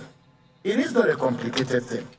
And the principle and the question, because one of the things that SGF said to me was also the fact that we'll be talking about the fact that as Nigerians, we are better together. Everybody knows that we are better together. But the first question to ask is, who are we? After 9/11, the American political scientists were asking the question, who are we? Because there was a problem in terms of who people are. And I think if you live in Nigeria, all of us know. And this is why those who listen to me will attest to the fact that I don't like to talk about religion, in part because I don't believe there is a religious problem. But somehow the Western media, the Nigerian media, and the political elite have assumed the fact that there is something between religions and that there is a conflict between religions. There is absolutely no conflict between religions. I say to people, assuming, for example, we all have knives in our houses. Assuming you come back from work and your wife is in the kitchen and she comes to welcome you with a knife in her back with which she's been slicing onions, you will have no problem entering the house. But if you had a fight with your wife before you left the house, and your husband comes back and knocks on the door, and you see your wife with a knife, you will pull back. So knives by themselves are not a problem. It's what you do with them. In the same way that, identities are not a problem. Identities are not a problem. It's how you activate those identities and what you do with them. Now, will I be walking around Nigeria and people say to me, we worry about you being in Sokoto, and when I speak, I can tell a million stories. And I give you an example. What happened in Sokoto? With the tragic story of Deborah. I had gone for a burial of the father of one of my priests, and I was on my way back in a car when I got a call to say that one of my priests called me to say, look, this is what is happening. And I got to Abuja. I got telephone calls from everywhere. Where are you? I said, I'm in Abuja. He said, I hope you remain in Abuja. I hope you're not going back to Sokoto anytime soon. My family members who called me, I said, so what am I supposed to do? No, remain in Abuja. Some people say, leave the country. And I said, to go where? And people could not understand. When I had to go back to Sokoto the next day, people said to me, I had to just tell my friend, where are you? I told them I'm in Abuja. But when I got to Sokoto, I walked to my house. And for me, it's a very powerful image. As I entered my house, just as I got to the gate, I saw an armored tank, soldiers, their numbers, guarding my house. And I was touched. I came out of the vehicles and I greeted all the soldiers. I shook all of them. But I saw from their faces, they looked to me very much like Fulani people. The soldiers who were guarding my house. By their height and so on. So when I went in, then later in the evening, I came back and I started talking to them, about 12 or 14 of them. First of all, I looked at them, all the equipment that they in my house. After we greeted, I went back, at about 6:30 to 7, I came out, stood by my balcony, and I saw all of them done their ablution. They are preparing for their salah, and they prayed in my house. I'm looking at them. And this is Sokoto I'm supposed to be running away from. And here are these people, they are Muslims, they are Nigerians, they are here to protect me. Nigeria is a complex country of great possibilities, great contradictions, about which we will not be in this crisis. Managing diversity is a science. The World Bank knows this. My brother, Dr. Akunyemi, is here. He's going to talk about all this. They understand, and no country, no business, no family, no organization has a future if you don't figure out how to manage diversity. I want to conclude by saying religion has been turned into a weapon, and it's a weapon of choice for politics and politicians. The danger, the challenge for us as religious leaders, because the Conservative Party in England, because the British government was a theocratic state, so to say, and the Conservative Party was literally part of the Anglican Church. And the joke used to be that the Anglican Church is the Conservative Party at prayer. The danger with being captured by politicians is that religious leaders, and I tell people, when people talk about Asiwaju Bola Tinubu, Atiku, Peter Obi, and all of these people, I work with the Vice President-elect. I served for 6 years or so in Atiku's university. Peter Obi is my very close friend of very many years. And I'm a Nigerian, and I can work with anybody. And we must get to that point in which we have enough trust in ourselves. So religion in Nigeria, the Section 10 of the Constitution talks about the fact that the state should not adopt religion as a state religion. But we know that the reality is completely different. So the challenge for us going forward is to address the issue. What is the meeting point between religion and politics? For us as Christians and as Muslims, we must understand we are first of all citizens of the Federal Republic of Nigeria who just happen to be Christians or Muslims, who could be anything else. And our inability to appreciate those differences also is directly related to the way the political class has continued to treat us. Let me put it that way. Because if you are not able to manage diversity well, people have gotten out their pens and their pencils. When you call out ministers, everybody is looking at who is from my village, who is from my town. Because, no thanks, we have come to associate opportunity, privilege with having your own person in power. It's not the way to go, but the reality has led us otherwise. So I want to say that, first of all, Nigeria must heal. Nigeria must heal. But we also must have the courage to identify the scars, the wounds, the injuries. The worst thing that can happen to us is to pretend that everything is okay, because everything is not okay. We have so many of our citizens who have lost their lives. We have so many of our citizens who are still in captivity. Managing diversity and managing differences is not about religious leaders talking together. It is about whether the state can create the kind of infrastructure, the guardrails, that can help Nigerians move as citizens of their country. But right now, there is how people feel because they are Christians or Muslims. There is how people feel because they are women. The levels and categories of exclusion are so tremendous and so immense. So I hope that going forward, the things that the guest speaker has spoken about most eloquently, that is, how do you manage victory? How do you manage victory? How do you mutate from being a politician who was contesting election to being a politician who has won election? Very often, and what is clear to us in Africa, why religion, why ethnicity, why all these things continue to injure our countries, is largely because we have not come to terms with the fact that power is just about, as somebody said, our turn to eat. Michaela Rong's book, I know Michaela pretty well. She autographed a copy of her book. But her arguments were most eloquent, because her arguments were largely, if the Kalenjin did very well under Arab Moi, and if your dad and Mwai Kibaki and other people who are, if they've done well, it was almost natural that the man contesting for election against you will say, it is our own turn to eat, and we can see what power has been. Therefore, it is our turn to continue with the things that other people have done, privilege their community, privilege their... So we cannot grow a country like this. We will remain volatile. And as you see on a racetrack, everybody stands or kneels differently. There is no advantage. The location may be different. But when the gun is fired, the man who is right closer to the inner part of the ring is a little bit away. We don't expect that all of us will finish, but let us create an environment in which all of us can compete.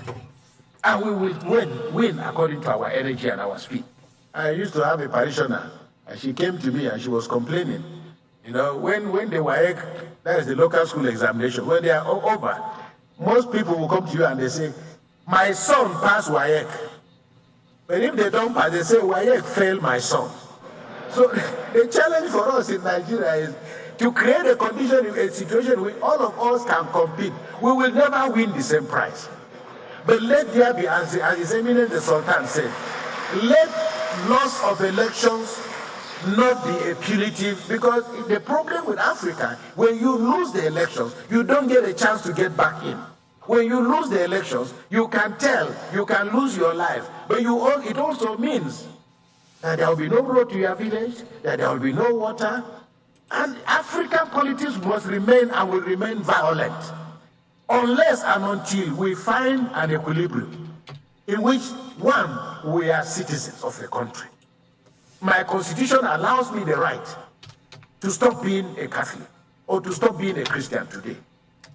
His Eminence always jokes with me. He says to me, you know, they sent you to Sokoto so that we can convert you and make you a Muslim. And the Constitution allows that. But I also let him know that I'm looking forward to the day that I will also either baptize him. But we can talk about that. But the challenge for those, and I want to end by saying, right now, 133 million Nigerians are suffering from various levels of multidimensional poverty. Okay? ìyà ń jẹ àwọn èèyàn wa I've not told the ìtumọ̀ lie yẹn and ni seen ìyà a ń part jẹ of àwọn what èèyàn wa Muslims are Yorùbá living that à ń jẹ they ìyà have torí lied. ìjọba I've burúkú not seen a part of the Yorùbá country nation la máa gbà o where Muslims are eating and the rest of us láṣẹ are not. Òdùmarè a máa So tẹ̀síwájú we lórí must ẹ̀ come to terms with the fact àmọ́ that we are n tó wà not nílẹ̀ greedy. àkọjú We are sí not ẹ suffering jẹ́ ká because we are kópa ká gba Christians ẹ̀tọ́ or wa Muslims. But we are àárẹ̀ in lu a ẹ̀tọ́ country yẹn á that fi is tẹ̀síwájú malfunctioning. fún gba Yorùbá How nation to wa. make that country work for the rich, for the poor, for the aged, and for everybody is a challenge. It's not a challenge that everybody can win, but I think it's a challenge that a government that appreciates it doesn't have all the answers. Must come to terms with the fact that there is a way of looking for and finding answers. I would like to just end by saying, and I make the point very clearly, it is in the struggle with the problems of Nigeria, I remain exceptionally optimistic. I travel the world. People say to me after, where do you find this courage to say that Nigeria is working? When you say, okay, it may not be working, but this is one of the most beautiful countries in the world. And I'm not being flippant. When I went to the United States of America to study, I preached in a church. The parish priest called me and said, listen, you speak with such eloquence. I'd like you, we'll get you a green card. You can settle here in America. And I looked at him. I said, this God is a wonderful God. You are giving me a green card. My passport is actually a green passport. So what am I doing with a green card? So the young Nigerians who are living in our country, I always say to them, no, I'm not worried. Really, I'm not worried. Let them go. It's for the good of the country. The challenge for us as Africans is to think the way the Asians have thought. Mm-hmm. That is, you go to Europe, you go to America with a purpose. But that purpose means coming back to develop your country. But it also means that that country must create an environment in which you can feel confident to come and present the gifts that God has given you. I have two young men. They're in America. They just finished from a prestigious university. I said, when are you coming home? They said, Bishop, coming home to do what? I said, no, coming home to... He said, we don't have an uncle who is a senator. We don't have anybody in government. What are we coming to Nigeria to do? So, Mr. Vice President-elect, the challenge for you is to make this country believable, livable, credible, so that all of us together can stand in one camp and build a great nation. Once again, Secretary to Government, I want to thank you and thank the organizers for inviting me. God bless you and God bless our country. Well, glad he said also, but the problem, Tammy, yeah, governor is elected like a puppet. Yes, so yes. I'm okay in Bayo, Fumilayo. Ayeke Moki, Moki Bubonio, Bishop of the Catholic Diocese of Sokoto. On religious tolerance and inclusiveness. I was just checking something else. No. So, Your Excellencies, distinguished ladies and gentlemen, there is another contribution. So, here's a speech that's very interesting. Security and development. By the Deputy Secretary General of the United Nations, Dr. Amina Mohammed, GCON. She has sent in a message, and the next few minutes we'll be listening to the message. Let's have a look anyway. Amina J. Mohammed, GCON. We're just going to listen to it just for balance purposes, nothing else. Poverty, public sector reform, and sustainable development. She also served as Minister of the Federal Republic of Nigeria. She's presently the Deputy Secretary General of the United Nations and Chair of the United Nations Sustainable Development Groups. She served on numerous international advisory boards, including the UN Secretary General's High-Level Panel on Post-2015 Development Agenda, as well as chaired the Advisory Board of the United Nations Educational, Scientific and Cultural Organization, UNESCO Global Monitoring Report on Education. She is a recipient of various global awards. I invite you to now listen to the message of Dr. Amina Mohammed, GCON, on security and development. 77. Excellencies, ladies and gentlemen, it is a real honor to address you today on this momentous occasion as we gather to celebrate the inauguration of President-elect His Excellency Bola Ahmed Tinubu. I extend my heartfelt congratulations to the government and to the people of Nigeria for yet another peaceful transition of power. This is a testament to the consolidation of democracy, peace, stability, and development in our great nation. I would also like to extend my congratulations to all the newly elected and re-elected officials. May you be guided by clarity of thought and unwavering determination to serve our people with the utmost dedication. Excellencies, ladies and gentlemen, we're at an inflection point. Our world is facing a series of interlocking threats, security challenges, and cascading crises in food, energy, and finance that are magnified by the growing impacts of climate change. 1/4 of humanity resides in conflict-affected areas, and as of mid-2022, over 100 million individuals have been forcibly displaced worldwide. The devastating effects of violence have not only impacted those Yes, AKB, thank you so much for coming there. conflicts, Thank you, yes. but have reverberated I understand you throughout fully. societies. I'm just sharing it only for purposes of sharing. What I might do is I might actually bring it to an end. I'll be doing another one soon. So, but I fully understand where you're coming from. And threats impacting our security landscape and the Fully well-being get where of you're coming from. individuals and nations. Because I find it difficult as well to We're witnessing listen. a rising tide of inequalities in finance, trade, and technology, both within and among nations. But let's And just the hear. COVID-19 pandemic has exacerbated income inequality So, on ladies a and global gentlemen, local scale, what I may widening the do gap is between I may- nations and societies. Yeah. Moreover, our continent is disproportionately bearing the brunt of a climate crisis The it did damage not is done. create. The Èdè unequal òyìnbó suffering sáà resulting àti from the gàù. effects of climate The change damage is done. represents one of the most kò sí profound rọ́ńbẹ́ o. injustices in our world today. And Nigeria itself faces a myriad of security challenges across various regions. Intercommunal tensions, farmer-herder conflicts, organized armed conflict, and terrorism continue to threaten the northern and middle belt regions, while separatist agitation and the militancy menace in the southeast and south-south are a challenge. These security challenges impede progress and development in various sectors, and I commend the government of Nigeria and its armed forces for its national and sub-regional efforts to address these complex challenges. This is a moment for us to come together, united in our determination to address these multifaceted challenges. We must find local solutions to our national problems. We must foster international cooperation Amina Jane and Mohammed. leadership, strengthen our collective resolve, and embark on a pathway that champions inclusivity, equity, and sustainable development.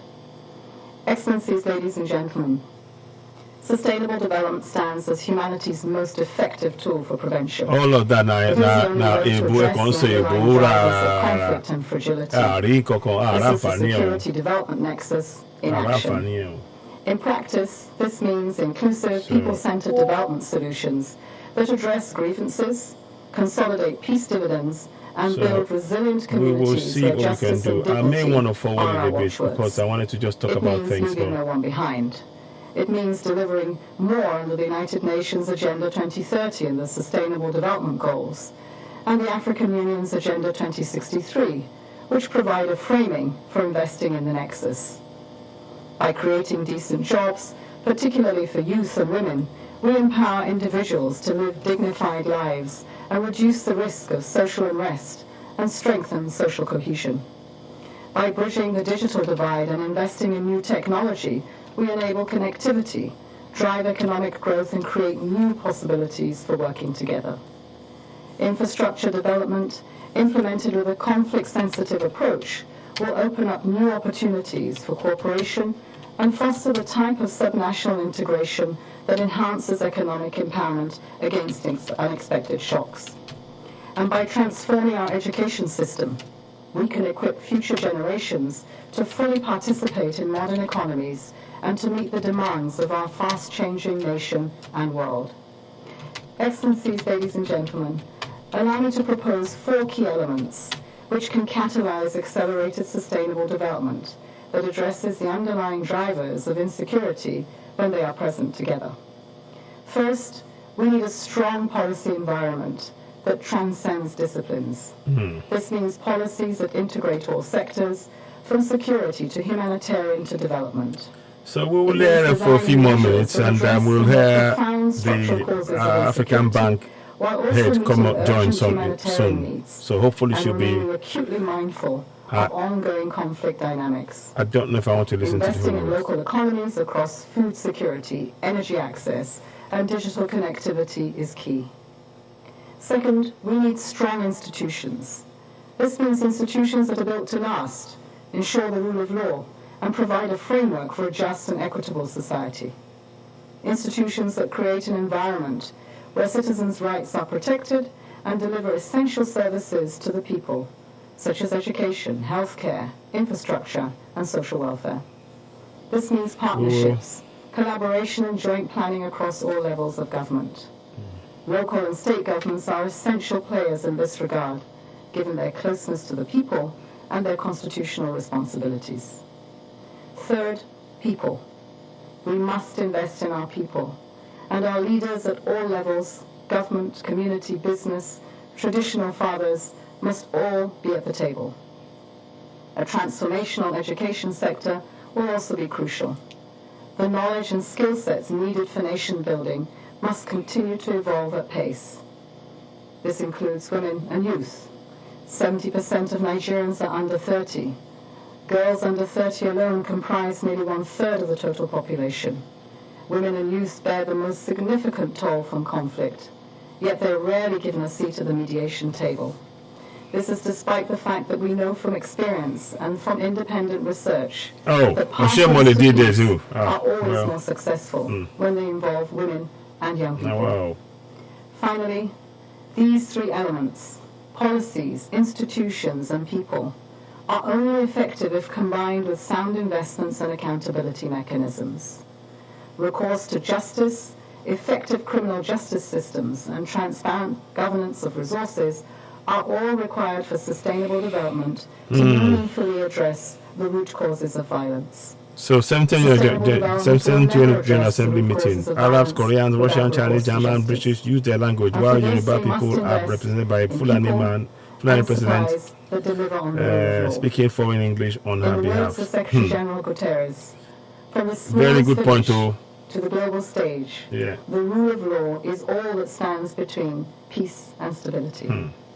SDG 16 is our compass in this regard, and its fulfillment has ripple effects throughout all SDGs. Excellencies, ladies and gentlemen, the existential threats of our time, from climate change to the threat of nuclear conflict, underscore the importance of multilateralism. No one nation can defend itself against these threats entirely on its own. Nations working together can achieve things that are beyond what even the most powerful state can accomplish itself. And that is why the United Nations was created. It is what we do. Convene for peace and give hope in times of cascading crises. The United Nations needs Nigeria and strong African voices to rise up, speak on the global stage, and double down on the multilateral solutions that meet the immense challenges of our time. The global narrative must be one that is shaped by all of us, and not just by a few. Excellencies, ladies and gentlemen, the latest peaceful democratic transition of power is yet more proof that Nigeria is better together. Our deepening democracy is consolidating the foundations of a prosperous future together. Your responsibility as leaders of this great nation is to continue this trajectory and to guide the people of Nigeria along inclusive pathways of peace and development that leave absolutely no one behind. It is time to be humbled by the weight of this responsibility for over 220 million Nigerians. And we at the United Nations are committed to helping you achieve a peaceful and prosperous Nigeria where all Nigerians will thrive. I thank you. Well, the name Nigeria for me must go because it's a foreign name. It's a colonial name. And we need the people to participate in the governance above all. There we go. Deputy Secretary General of the United Nations and Chair of the United Nations Sustainable Development Groups, delivering a message there. The Nigerian economy comes into focus as we take on the next contribution. This is strengthening the Nigerian economy. A contributor who will speak to the issues is no other than Dr. Akinwumi Adesina, a former minister of the Federal Republic of Nigeria, and Dr. presently Akinwumi the president Adesina. of the African Development Bank Group, where he is currently serving his second term. Under his tenure, Dr. Adesina introduced innovations that made the African Development Bank Group achieve the highest capital increase since its inception in 1964. Dr. Adesina has been honored with several awards, and in 2017 he was conferred with the World Food Prize, also known as the Nobel Prize for Agriculture. Dr. Adesina was also announced as the winner of the 2020 Distinguished Fellowship Award by the Academy of Public Health, the flagship body of the West African Institute of Public Health, in December 2020. Your Excellencies, distinguished ladies and gentlemen, Dr. Akinwumi Adesina, President, African Development Bank, AFDB, strengthening the Nigerian economy.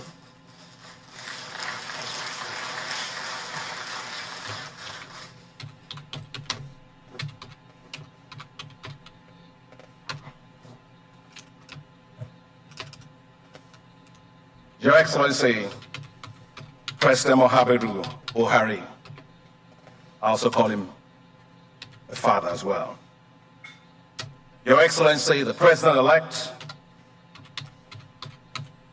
Bola Ahmed Tinubu, Your Excellency, the Vice President-elect, their brother, Excellency Shatima, Your Excellency, President Uhuru Kenyatta, he and I have known each other forever, former President of the Republic of Kenya, the Secretary of the Government of the Federation, their brother, Boss Mustafa, and thank you. So you guys for all carry you on did for to a get me minute. here. Let me just. I finished the annual meetings of the African Development Bank, Mr. President, yesterday at about midnight, and I had to get on the flight to be here this morning. That's why I came. Yeah, just continue on. I'll Thank you just very give me a much, few minutes. I'll be Secretary. following it and I'll be Excellencies, joining you governors, presently. Thank you. Your Eminence, Your Royal Highnesses, distinguished ladies and gentlemen, friends of Nigeria, beloved Nigerians.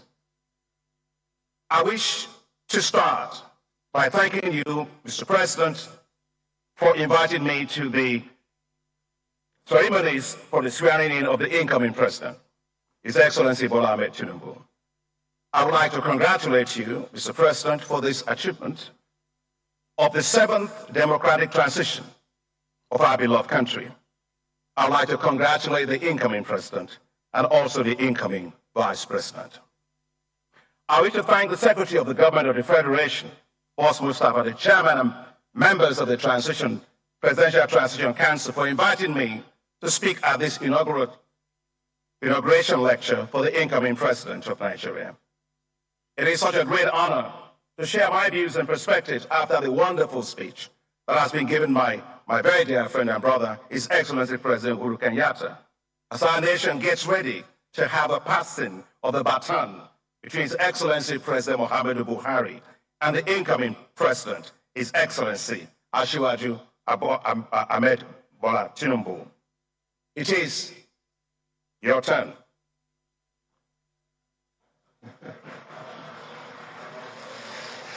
I wish to congratulate you, Mr. President, for your stewardship against difficulties of our nation for the past 8 years.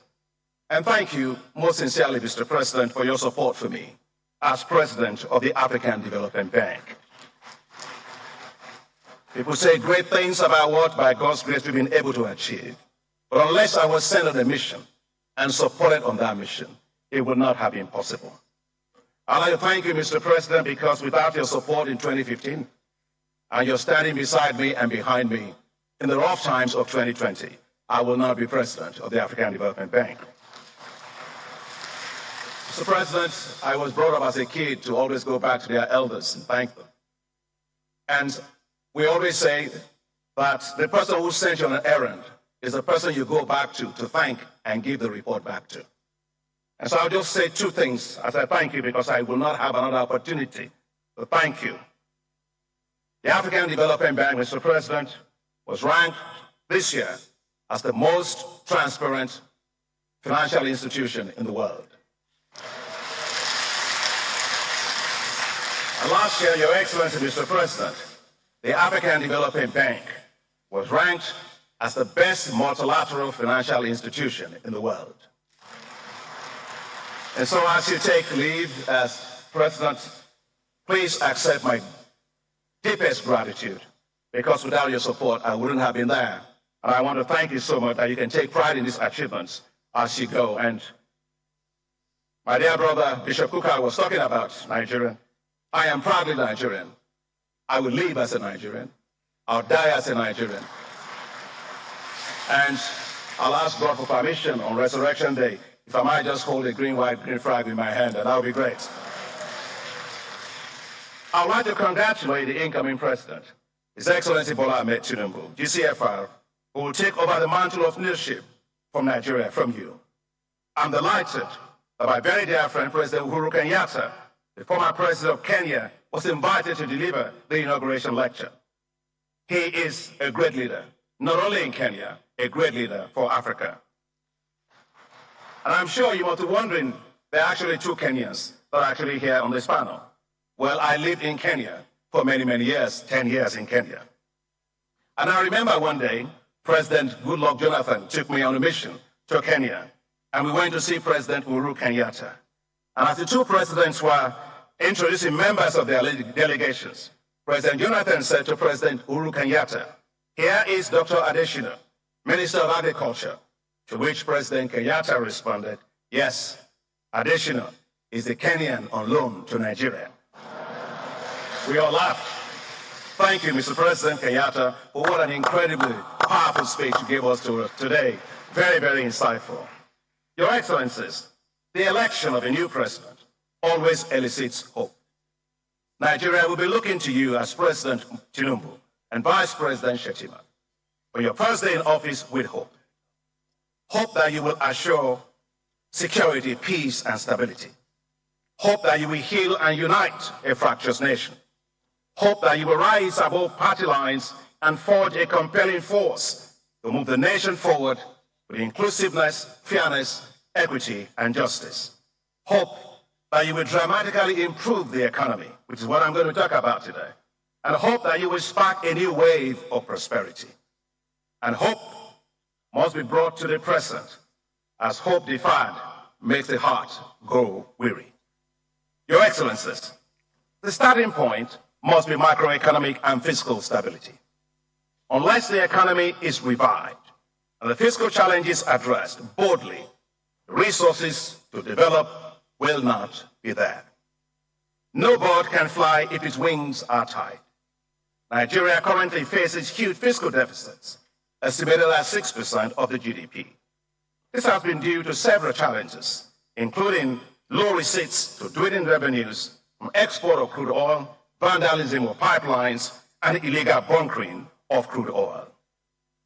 According to Nigeria's Debt Management Office, Nigeria now spends 96% of its revenue servicing debt, with the debt-to-revenue ratio rising from 83.2% in 2021 to 96.3% by 2022. Some will argue that the debt-to-GDP ratio at 34% is still low compared to other countries in Africa, and that is absolutely correct. But no one pays their debt using GDP. Debt is paid using revenue, and Nigeria's revenues have been declining. Nigeria earns revenue today to service debt and not to grow. The place to start, therefore, is to remove the inefficient fuel subsidies. Nigerian fuel subsidies benefit the rich, not the poor, fueling theirs and government's endless fleet of cars at the expense of the poor. Estimates show that the poorest 40% of the population consume just 3% of petrol. Fuel subsidies are killing the Nigerian economy, costing the economy of Nigeria $10 billion alone in 2022. Now that means that Nigeria is borrowing what it doesn't have to borrow for. If it simply eliminates these inefficient subsidies and uses the resources well for national development. Rather, support should be provided to private sector refineries and modular refineries to allow for efficiency and competitiveness to drive down fuel pump prices. The newly commissioned Dangote refinery, by Your Excellency, Mr. President, the largest single-train petroleum refinery in the world, as well as the petrochemical complex, will revolutionize Nigeria's economy.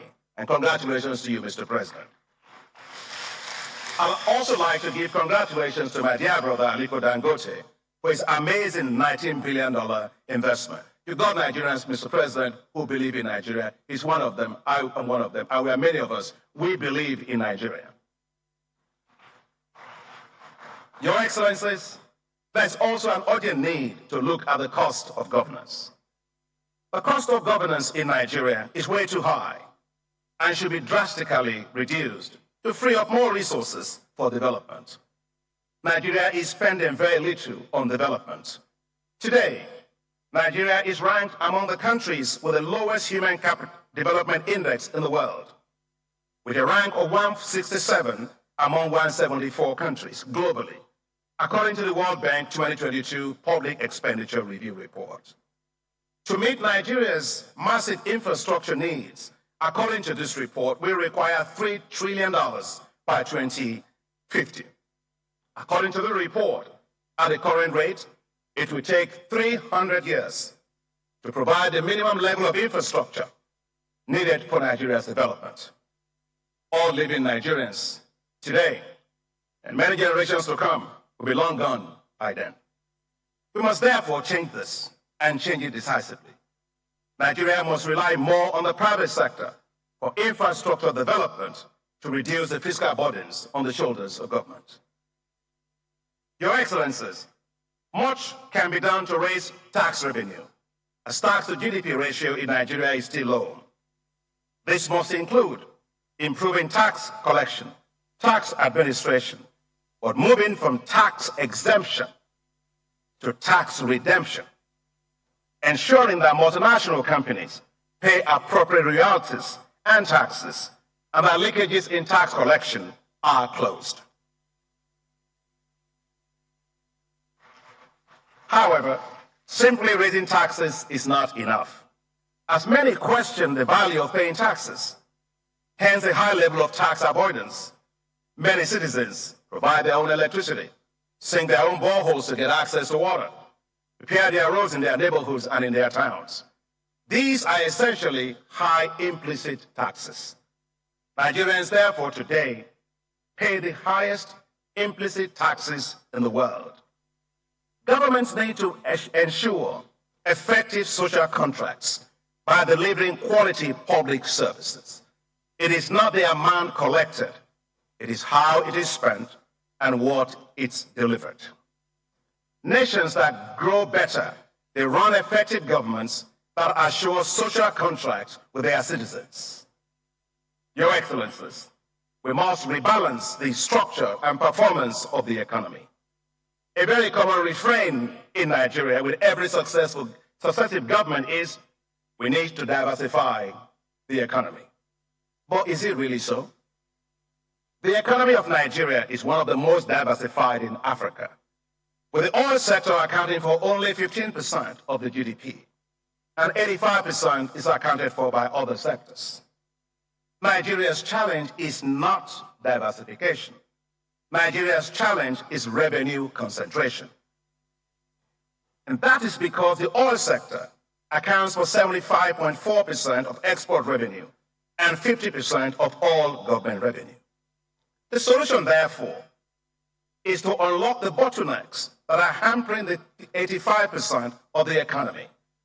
These include low productivity, very poor infrastructure and logistics, despite gains being made, epileptic power supply, inadequate access to finance for small and medium-sized enterprises. Nigeria must also shift away from just relying on import substitution to export-focused industrialization. No team in soccer can ever win by playing defense. Every team that wins in soccer, they win by playing offense. When you do export-led industrialization, that's offense. That's how economics will grow, and that's how we will thrive. Your Excellencies, for faster growth, Nigeria must fix decisively the issue of power once and for all. There is no justification for Nigeria not having enough power. The abnormal have simply become normal. Nigeria's private sector is hampered by the high cost of power. Providing electricity will make Nigerian industries more competitive, especially within the context of the African Continental Free Trade Area. And it's actually not brain surgery. Let me give two examples, Kenya and Egypt. With the support of the African Development Bank, working with President Kenyatta, he was able to expand electricity access in Kenya from 32% in 2013 to 75% in 2022. What an incredible achievement in just a period of 10 years. Today, 86% of Kenya's economy is powered by renewable energy. And one project where I came to visit with the President is called the Last Mile Connectivity Project. The bank's support, it allowed Kenya to connect the poorer households, 2.3 million of them, to electricity. And that's 12 million people provided with affordable connection to grid power. Thank you, Mr. President. It was a fantastic program. I'm just coming from Egypt. In 2014, Egypt had electricity deficit of 6,000 megawatts. But by 2022, Egypt had 20,000 megawatts of surplus power generation. Amazing. So it can be done. I'd like to commend the federal government under the leadership of the President for the tireless efforts being made in this area, with recent commissioning of several power projects across the country, and with so much private sector. But still much needs to be done. Nigeria should invest massively in renewable energy, especially solar. God loves Nigeria because solar, we got sun all the time in Nigeria. And that's why the African Development Bank is implementing $25 billion in what we call Desert to Power program to provide electricity for 250 million people all across 11 countries, including all the Sahel and including all of northern Nigeria. Your Excellencies, for inclusive development, which my dear sister Amina Mohammed just spoke about, Nigeria must completely revive its rural areas. Nigeria's rural areas are forgotten and have become zones of economic misery. To revive and transform these rural economies, we must make agriculture their main source of income, a business, and a wealth-creating sector. To be clear, agriculture is not a development activity. It is not a development sector. Agriculture is a business. The development of special agro-industrial processing zones will transform agriculture in Nigeria, add value for agricultural value chains, and attract private sector food and agricultural businesses into these rural areas.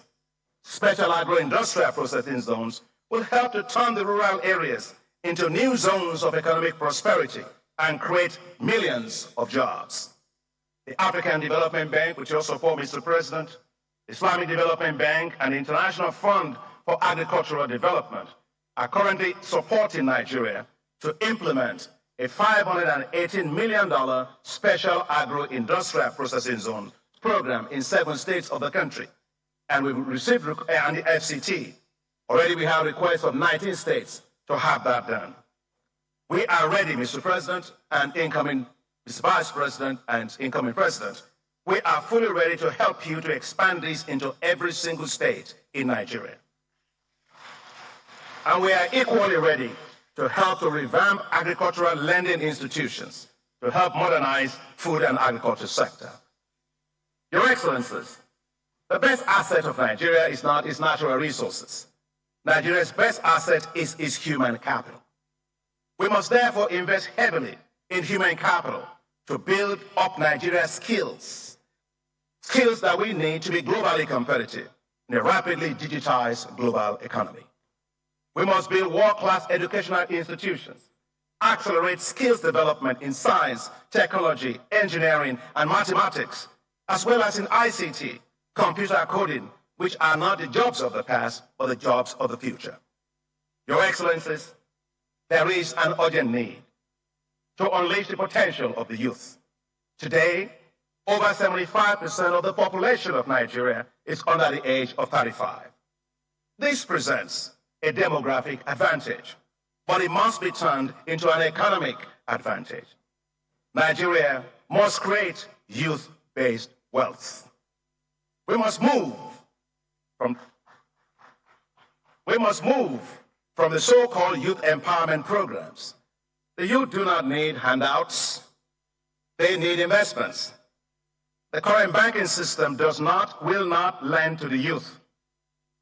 If you're a young person, you go to a bank, they ask you, how old are you? You say 21 years old. They ask you, go bring your tax receipts for the last 25 years. How does that work? Special funds, while palliative in approach, are also not systemic and are also not sustainable.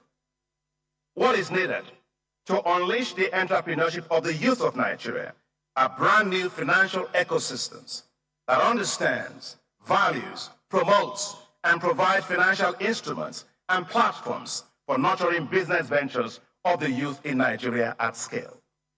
The African Development Bank and partners, including the Agence Française de Développement, Islamic Development Bank, and others, we launched right here in Nigeria the $618 million IDICE program to develop digital and creative enterprises.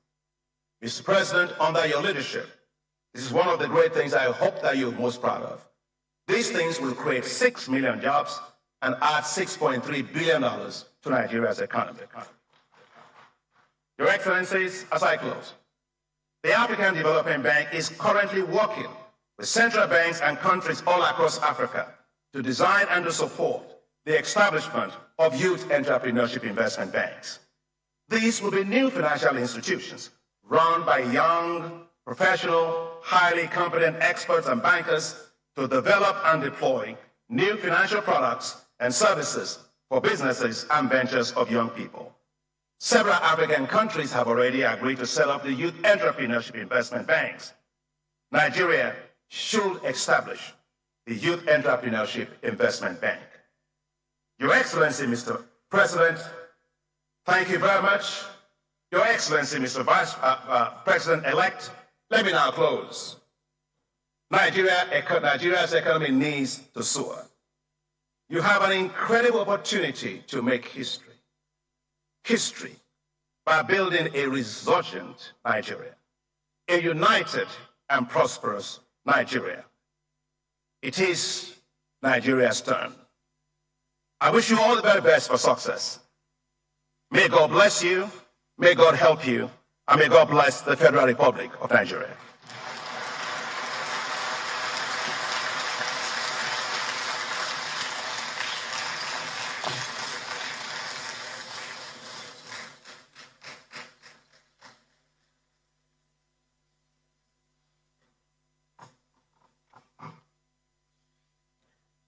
Dr. Akinwumi Adesina, President, African Development Bank, speaking on strengthening the Nigerian economy. Your Excellencies, distinguished ladies and gentlemen, a lot has been spoken about youth inclusiveness and perspective of the youth. In this inauguration lecture now comes with the next contributor, Dayo Israel, a holder of the LLB Master of Arts in International Relations.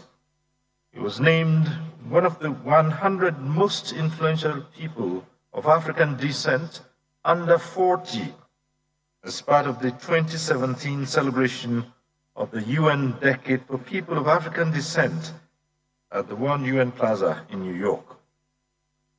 Dayo is a member of the British Council Global Changemakers Network, Connecting Futures Program, and a fellow of the U.S. State Department International Visitors Leadership Program, which has produced over 400 heads of government globally.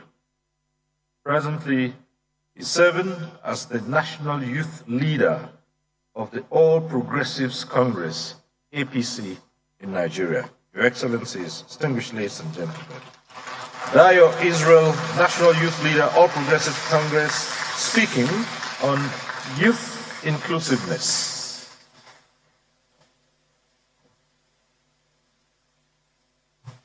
Your Excellency, the President and Commander-in-Chief of the Armed Forces of the Federal Republic of Nigeria, a fine gentleman who served this country with all honor.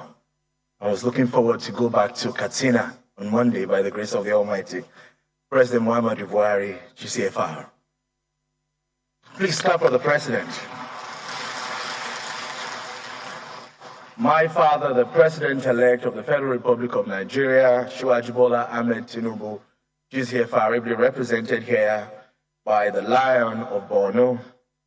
As a matter of fact, the Lion of Northeast of Nigeria, distinguished Senator Kashim Shettima, GCON, Excellency Abari Yaku, the former President of Kenya, President Uhuru Kenyatta.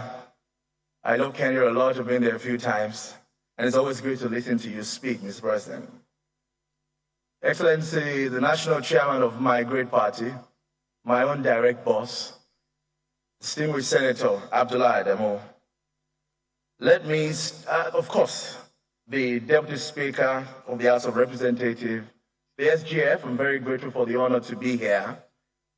All the distinguished guests present, including my Deputy National Chairman. I'm a party man, so please allow me, and the National Secretary of my great party, and my wonderful youth leaders of my party who are present here, all our protocols duly extended. It is such an honor for me to stand here on this stage. I had a similar honor in 2002, October 1, when President Obasanjo was hosting his Independence Day event, and he hosted the Summit of Nigerian Children, ICO. I had the honor of representing the children of Nigeria on this podium at that event. And a few years later, I'm here today representing the youth of Nigeria, in particular the youth of our party. And I want to begin by telling you a story. I love stories. A young boy was trying to kill a bee. And the father said to him, "Stop, don't do that." And the boy said to the father, "Daddy, what's wrong? It's just a bee." And the father said, "Don't you ever say it's just a bee. It's not just a bee.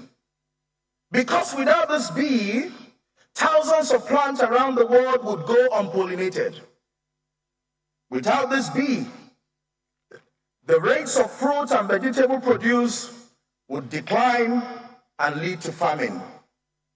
Without this bee, many crops will die and farmers will go bankrupt. Without this bee, the world will go without honey and we will eat our pancakes dry. It's not just a bee." And that reminds me that the bee here we're talking about is the wonderful young people of Nigeria. We're not just young people. We're not just youths. We're the lushness of this green land. The best resource, like Dr. Akinwumi Adesina spoke about, that Nigeria has to offer. The best export of our great nation, the Federal Republic of Nigeria. We may look insignificant, but we're over 60% of the population of this country, and more importantly, President Buhari, we are your tomorrow.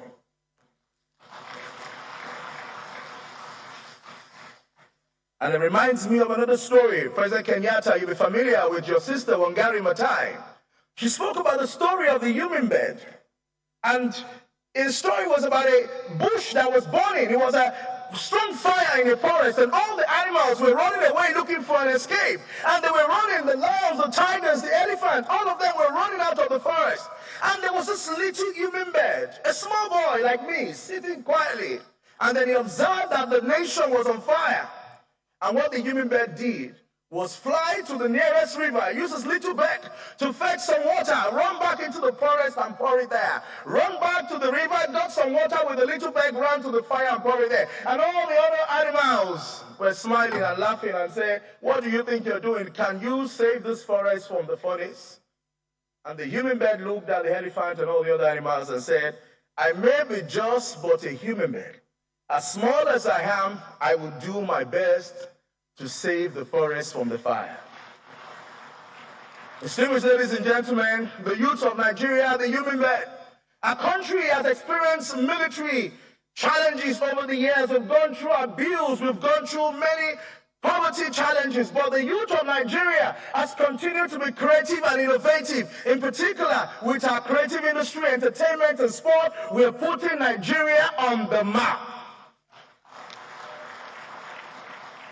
We may not be able to end poverty in Nigeria one day, but we're creating solutions in fintech, in sport, in entertainment. We're fighting poverty. We're creating corporations like Jumia. We're creating companies like the other company doing many other fintech companies across Nigeria. Andela, Flutterwave, many. That is our own way of being a human being, of solving Nigeria's unemployment and poverty problem. And so when you have the population that brings us the Grammy Award, that brings Nigeria on the entertainment scene, that brings us the screen in Antarctica, in the Caribbean, in North America, at the Grammys Award and the Emmys Award, why would you waste such a resource? What are we doing with this resource? And that's why yesterday at the Villa, we had an interaction with the president, Muhammadu Buhari. And everybody was thanking the president and said, thank you for Second Niger Bridge. Thank you for Maradi Trail Service. Thank you for Lagos-Ibadan Expressway. I said to Mr. President, sir, thank you for the Not Too Young to Run bill.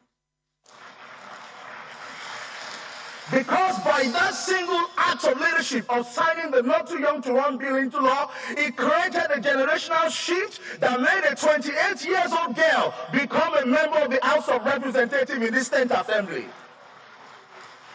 If you want to clap for the youth, clap for us. And so, if we're going to deepen democracy, we've got to deepen youth participation in the public sector and in good governance. We've got to give young people a seat at the table. But let me also warn leaders. We have decided among ourselves, if you don't give us a seat at the table, we will go to the Kubo wood market, we will buy wood, we'll buy nails, we'll make our own chair, and we'll bring it to the table.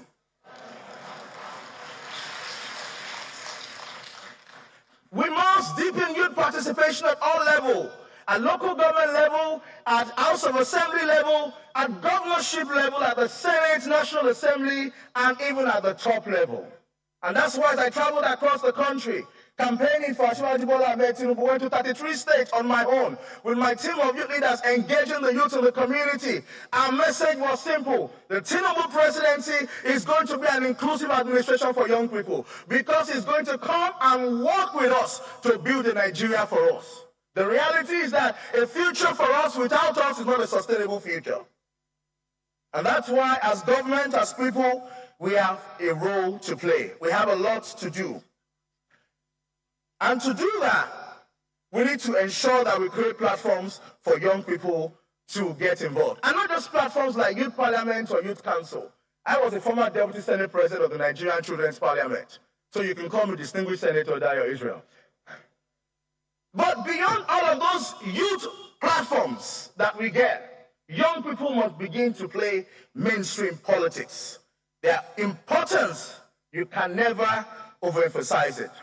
I won't be standing before you here today, but for the opportunity to be in the Children's Parliament, to be a one-day commissioner for information under Asiwaju Bola Ahmed Tinubu in Lagos State under his one-day governor program, and also be a member of the British Council Connecting Futures program, the IVLP program, the Global Changemakers program, and many other activities created to give young people a chance. Those years of programs and activities prepared me, and I think that we need to do more to intensify platforms and opportunities to prepare the young people for the future.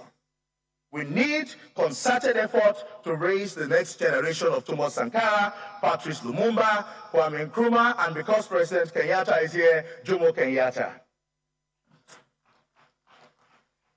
We need to consciously create the next generation and build and mentor the next Muhammadu Buhari, the next Asiwaju Bola Ahmed Tinubu. Because Asiwaju did not get here in one day. It was a combination of many years, over 30 years of participation in governance preparation for where he is today. And so we need to begin to prepare that 20-year-old person, that 30-year-old person that is going to take over from you and lead Nigeria to the path of greatness than you have done. There are many like us who are out there. And you know, I'm a Christian and I love to take my wisdom from the scripture. It says that children are like arrows in the hand of the mighty. In other words, if you are a mighty man, you're going to war, you have an arrow in your hand. If you keep the arrow in your pocket or in your bag, it's useless. You've got to stretch your bow. You've got to pull back the arrow. That is only when it can bring you results. You've got many young Nigerians who are filled with talent, who are filled with skills. They're not perfect, but you've got to make use of them and give them a platform to take responsibility. And we're doing our best on our home. We're building empires in techs, in corporate financing. We're raising capitals, even more than some banks. Many young people are raising investment in multi-billion dollars. So who says we are not ready? We are the ready generation. We only need an opportunity. We only need a seat at the table. We have excelled in sport. We put Africa on the map. We have created results. We only need intergenerational collaboration because we're also responsible for the future of this country. We are going to be living in that future. And that's why, as I begin to wrap up, I want to take another wisdom from Joel chapter 1, verse 28. It says, in the last day I will pour my spirit upon flesh. And it says, your sons and daughter will prophesy. In other words, they will speak of the things that have not happened. It means they will be futuristic. They see tomorrow and they can begin to walk into creating that tomorrow. So if we have the capacity to create, then you need to give us a seat at the table to help you build tomorrow. It says, and your old men shall dream dreams, and your young men will see vision. We need to help our young people, not just to see vision, but to run with that vision by building their capacity. And that's why I'm going to go into 3 different action points for all of us before I sit down. Action point number 1 for government. As government leaders, Vice President Shettima, the administration of the Tinubu Shettima must prioritize giving young people tools to become equal discussion partners like I am today. You must prepare us, provide a platform at which we can be more than just essays and SLAs and PAs, essay media, to give us real assignments, give us challenges. Let me borrow the word of Caleb in the scripture. Give us this mountain. But you must prepare us. We must prioritize building capacity, training, and reforming of the educational system. Before I came in to become national unit leader of the APC, I was privileged by the grace of God and with the support of my governor, Olusegun Sanwo-Olu, to be a permanent board member of the Lagos State Universal Basic Education Board, SUBEB. And the reason I was a permanent board member of SUBEB was also because there was a policy in Lagos that said that our board must have a woman and a youth as members of the board. Vice President Shettima, it is our call on behalf of the youth of our party that the new administration should expand its policy to ensure that no board appointment, agency, parastatals, without a young person as a member. Youth, am I speaking your mind? We are demanding a seat at the table. Every board, every agency, NFPC, NPA, NPIC, every board, a seat for young people. We have worked for the party. We have the capacity. We have the potential. We need the platform. Are we not ready? Can we not do it? Test us, sir. We need to give young people the skills to be able to compete globally. We need to create a platform for internship and volunteerism like Dr. Yoruba Nation has said, we must invest in youth innovation, youth community action, and youth enterprise. There are many young people who are running development projects in their communities, NGO projects. They need grants, they need funding. We need to put money where our mouth is and support the young people. We must make it easy for young people to run for public office. And that's why I want to thank President Buhari one more time for the Not Too Young to Run bill. Building on that, I want to thank my national chairman, distinguished Abla Adamo. I went to the NWC when we got elected, and I asked that they please consider giving the young people 50% discount on the nomination form of the party. From presidency, that was 100 million, governorship, that was 50 million, House Senate, that was 10 or so million, and we were able to get 50% discount nomination form for young people 18 to 40. I want to thank all my NWC colleagues for supporting that, and the NEC members that gave that a life. Because of that, Mr. President, Mr. Vice President-elect, we have over 13 young people under 40 elected into this 10th National Assembly of Nigeria who took advantage of our discount on nomination forms. We must strengthen civic education. We must create a sense of history. We must create a platform for intergenerational engagement. We must introduce policies that deepens youth inclusion in governance, like the Lagos State Suburb Law that allows for one young person to be on the board, and many more that the Tinubu Shetima administration will bring to birth. And to our parents, let me speak to you, fathers and mothers. We must be like, I'm going to refer to the scriptures again, like Anna, when she was raising Samuel. She raised him concertedly with a mindset that she was raising someone special. No child becomes great without a concerted effort from his or her parent. We must make an effort to concertedly raise the next generation. In the family, we must restore back values in the family. You must remember that you're raising a king. To you, my young brothers and sisters, the youth of our great nation, in this hall and those watching me on live television, I'm saying this to you. You must be ready to stand up and take responsibility. You must be ready to learn, unlearn, and relearn in any form, either through individual programs or by registering for programs like the Carrington Youth Fellowship, the Mandela Washington Fellowship, the yearly program, or some of the ones that I participated on, the IVLP International Visitors Leadership Program, the British Council Global Changemakers, Connecting Futures, and many more that will be created under the Tinubu Shetima administration. You must be ready to go out, go online, go and sign up, go and apply, go and showcase your capacity. Don't wait there for manna to come on your table. You've got to go out of your tent. Go out there and volunteer. I started my NGO when I was 8. I remember in December, I think it was 1999, 2000. I was at the Ganifawa Emi Olisa Agbakoba's This Day lecture at the This Day Dome in Apapa Surulere in Lagos, Apapa, Lagos. I remember the 1 million march of Ganifawa Emi. I was in the crowd. In 1998, when Amsat Abiola came back to Nigeria to run kind, I was the youngest at the table, myself, Jimmy Ate, Jikate, I think it was the NTA, Jikato, with NTA, Jimmy Ate, Collins Babalola, and many of us, a young boy in my school uniform, but already getting involved in the NGO. And that's why in 2002, May, I was selected to represent all the young people of Nigeria at the UN General Assembly Special Session on Children in New York, and came back to Nigeria to chair the ICO in October. At a young age, I was already getting involved. I was volunteering. I was participating. I was doing community action in my secondary school. You have to be able to build your own future. You have to step out. You cannot wait for government to do it all for you. You need to take responsibility. We need to invest in digital literacy and provide access to information for young people. And let me wrap up, Your Excellency, with a story. A young boy went to an old man. I said the story at the villa some time ago. I'll repeat it. And he said, Baba, I want to know what the future holds for me. Is my future great or is it dim? And the old man said to the young man, what is in your hand?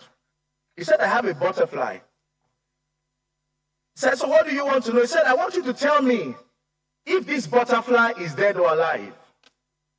The butterfly was alive in the hand of the young man, but his goal was that if the old man, wise old man, said that the butterfly was dead, he will open his hand and the butterfly will fly out. And if the old man said the butterfly was alive, he will crush it first and then open his hand to show the old man that the butterfly was dead. And the elderly man, like President Muhammadu Buhari, calm, quietly looked at the young man and said, "Young man, the life and the future of the butterfly is in your hands." Distinguished Senator Kashim Shettima Asiwaju Bola Ahmed Tinubu, the life and the future, the growth, the progress of Nigeria over the next 4, at least, maybe 8 years, is in both of your hands. Do it right and carry the youth along. Thank you and God bless you.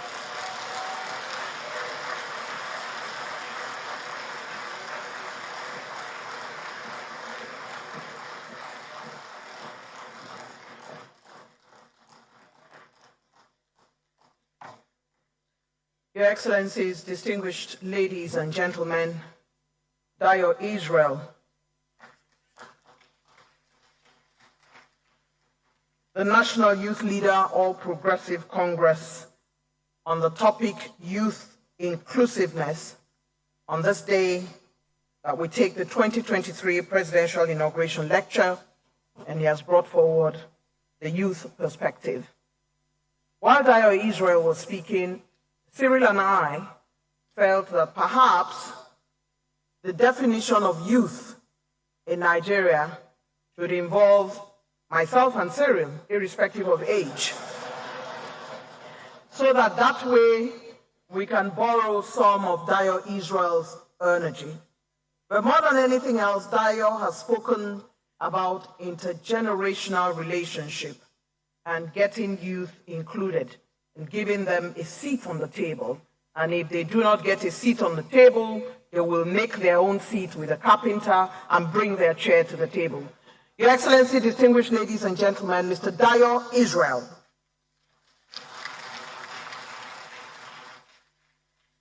Excellencies, the chairman of the Presidential Transition Council, and who is also the Secretary to the Government of the Federation, like I said at the beginning of the proceedings today, has led a stellar cast to deliver the inauguration activities, spending sleepless nights and staying awake to ensure that they deliver an incredible set of activities.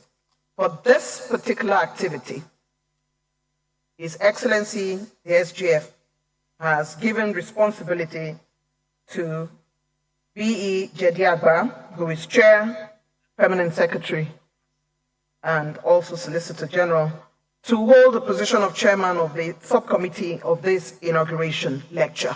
And for her and members of her team, and for the SGF, let's hear a resounding Abuja round of applause.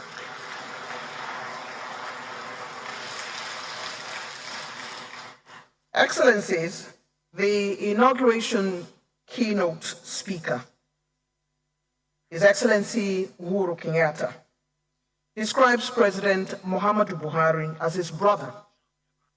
And the relationship between East Africa and West Africa is a long, long relationship for which I have benefited immensely.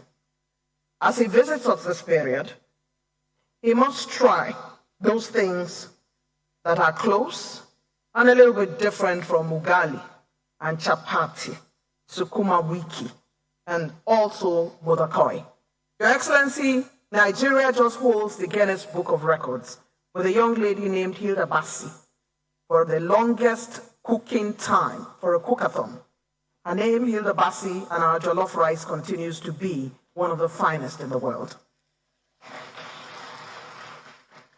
And as we heard from one of our speakers, food can indeed become an economic resource and can become a business. Africa's food is indeed one of the best in the world, and we must promote it across board. It is delightful to be here this morning, and for all of us who are here in the room, we're making history. It is time, Your Excellencies, distinguished ladies and gentlemen, to invite to the podium the Special Advisor to the President, Policy and Coordination, Dr. Habiba Lawal, to deliver a vote of thanks ahead of all the other speeches. Dr. Lowell, let's encourage her as she makes her way to the podium.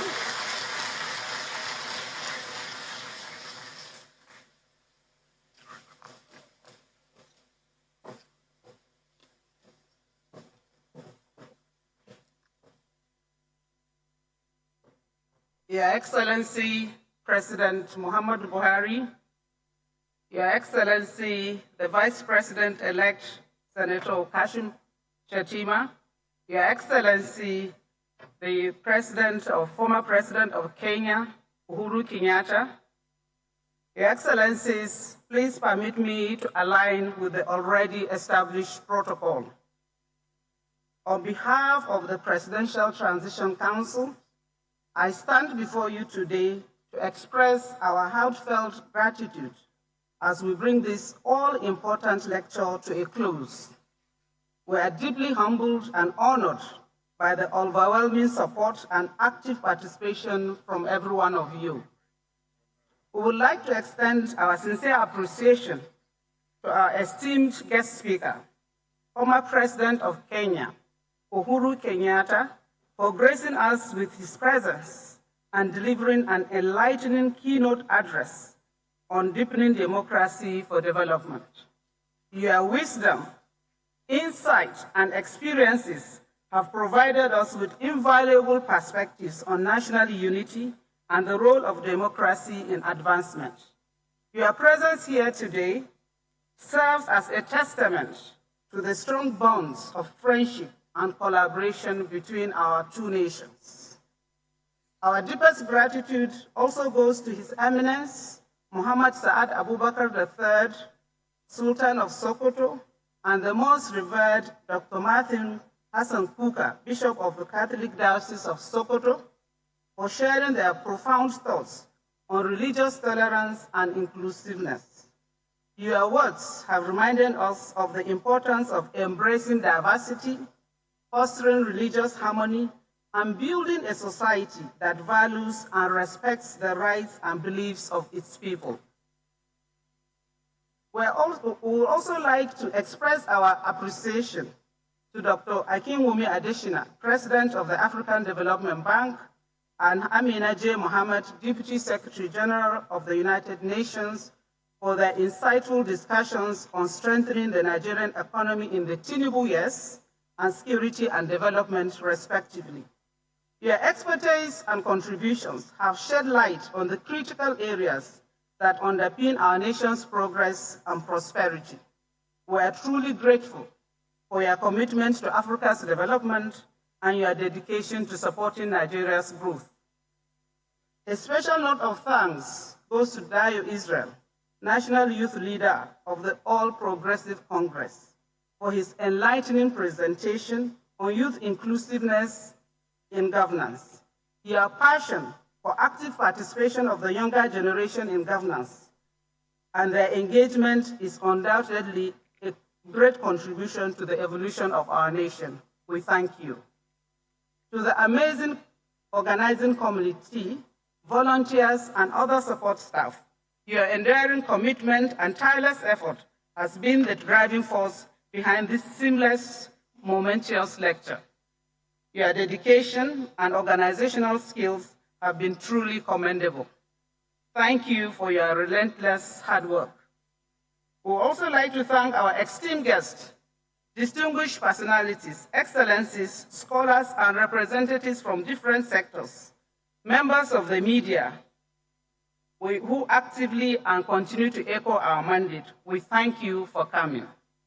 To the Secretary of the Government, to the Government of the Federation, my immediate boss Mustafa CFR, I say thank you for your exceptional leadership, meticulous planning, and commitment to excellence. Indeed, your strategic insights and attention to detail have played a pivotal role in shaping the philosophy and objective of this lecture. To the President-elect and the Vice President-elect, as you stand on the precipice of assuming the highest office in the land, you have been chosen to be the voice of the people, the guardian and of their hopes and aspirations, and the catalyst for positive change.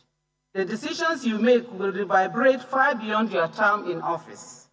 I have no doubt that your leadership will be of positive transformation to leave behind a nation that is stronger, more united, and more prosperous. Lastly, and on behalf of the entire, again, the Transition Council, I would like to express our deepest gratitude to His Excellency President Muhammadu Buhari for your unwavering, invaluable support and commitment to the whole transition process. Your Excellency, your vision, dynamic leadership, and dedication to fostering a democratic culture that values inclusivity and unity have laid the foundation for this remarkable gathering. We are truly honored to serve under your leadership and grateful for the opportunities you have created for sustainable national development.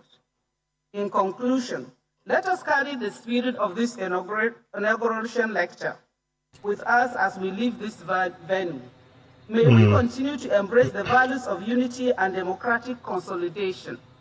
Let us strive to bridge the divisions in our society, promote dialogue and collective responsibility, and work towards a future where every Nigerian feels valued, respected, and included in our nation's development trajectory. I thank you all for your kind attention, and may God bless our nation. Thank you. Now, fine. We are more interested in God blessing the citizens of the nation. The citizens have been blessed for so long, have been promised for so long by the governance of good governance. It's never materialized in 24 years. So now we are urging the citizens, please, you need to participate in your governance. At this juncture, I want to show you something that I always do on my broadcast, and I want to do it at every opportunity. I want us, please do not misunderstand what I'm showing you here to mean that I am now full square now saying Nigeria is where we need to be. But I'm saying that we need to use the things that are currently available to us to use within the system to get the things we need. We need infrastructure. The only way we can do that is by participating in our governance, by holding each and every elected official, starting from your local government area, from your ward councillor, your ward councillor to your local government area. You need to hold them to account. I showed earlier on, again, let me take this opportunity to show you the spreadsheet. There is a monthly payment that is going to each and every local government area, all 774 local government areas. Now, to get to Yoruba Nation, we need to participate in our governance, because one of the first things you need to do is start participating and holding these people to account, making sure that the funds that are meant to come to our local government area to build our infrastructure is available. We demand for it to be used for that. We have to make sure that those who we elect to office, they bend to our will collectively as members of the local government area. Because why? Sovereignty belongs to the people of Nigeria, from whom the government, through this constitution, derives all its powers and authority. That's what it says in the paper that you see behind. But more importantly, you need to now have demand for, go to the National Bureau of Statistics. I've showed you how to do this on my platform, and download on a month-by-month basis the amount received by your local government area. It is by collectively demanding for that money, to know where that money is, and demand for that money to be used to fix the problems you have within your community. When you don't have healthcare, you can demand for that money to be used to build hospitals. When you don't have good roads, you demand for that money to be used to fix good roads. When you don't have water, you demand for that money to have pipe-borne water with a water works that's working for your community. When you don't have, schools, you demand. That is what participation is about. And we need to get through that process, because for those of us who are keen to go for Yoruba Nation, by participating in governance, we will get to the point where we can now, through our participation, ensuring once we get used to the idea of getting the government to bend to our collective will, we now apply that pressure to ensure we get a referendum, because we need a referendum to break away from contraption Nigeria. That is the plain fact. I'm not here to play games or sort of give you empty hopes. I'm here to tell us, to be able to break away from contraption Nigeria, we need a referendum. And without participating in that governance and holding them to account, getting used to holding them to account on a daily basis in all 774 local government areas, we will not be able to get to the point whereby we can now say, right, we the citizens, to whom the sovereignty belongs, we now demand for a clause for referendum to be put inside the constitution. We know the constitution is a fraud, because at that point we can now have a referendum. That is the goal. So please, when I say to you that I am committed to Yoruba Nation and Biafra, I am 100% clear about what I am saying, and we need to be very, very focused on how we achieve our goals. We need to use the tools that we currently have now to achieve the aims that we want to achieve. So I'm very, very keen for others to please understand when I say what I'm saying, when we're advocating for Yoruba Nation. It's not just about advocating for Yoruba Nation. We need the steps. We need building blocks.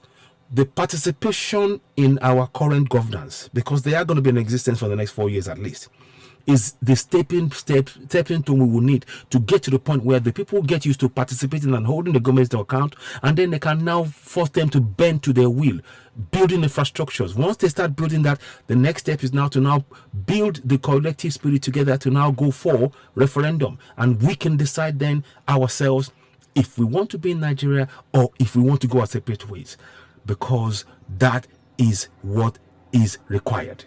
So, just before I proceed with this broadcast, and you'll hear Buhari talk again. I don't know if there's any point in me doing that, but I'll play it just because we just wanted to be played and reflect the event of the day. But what is important right now is our participation in our governance, and I keep showing you these figures here.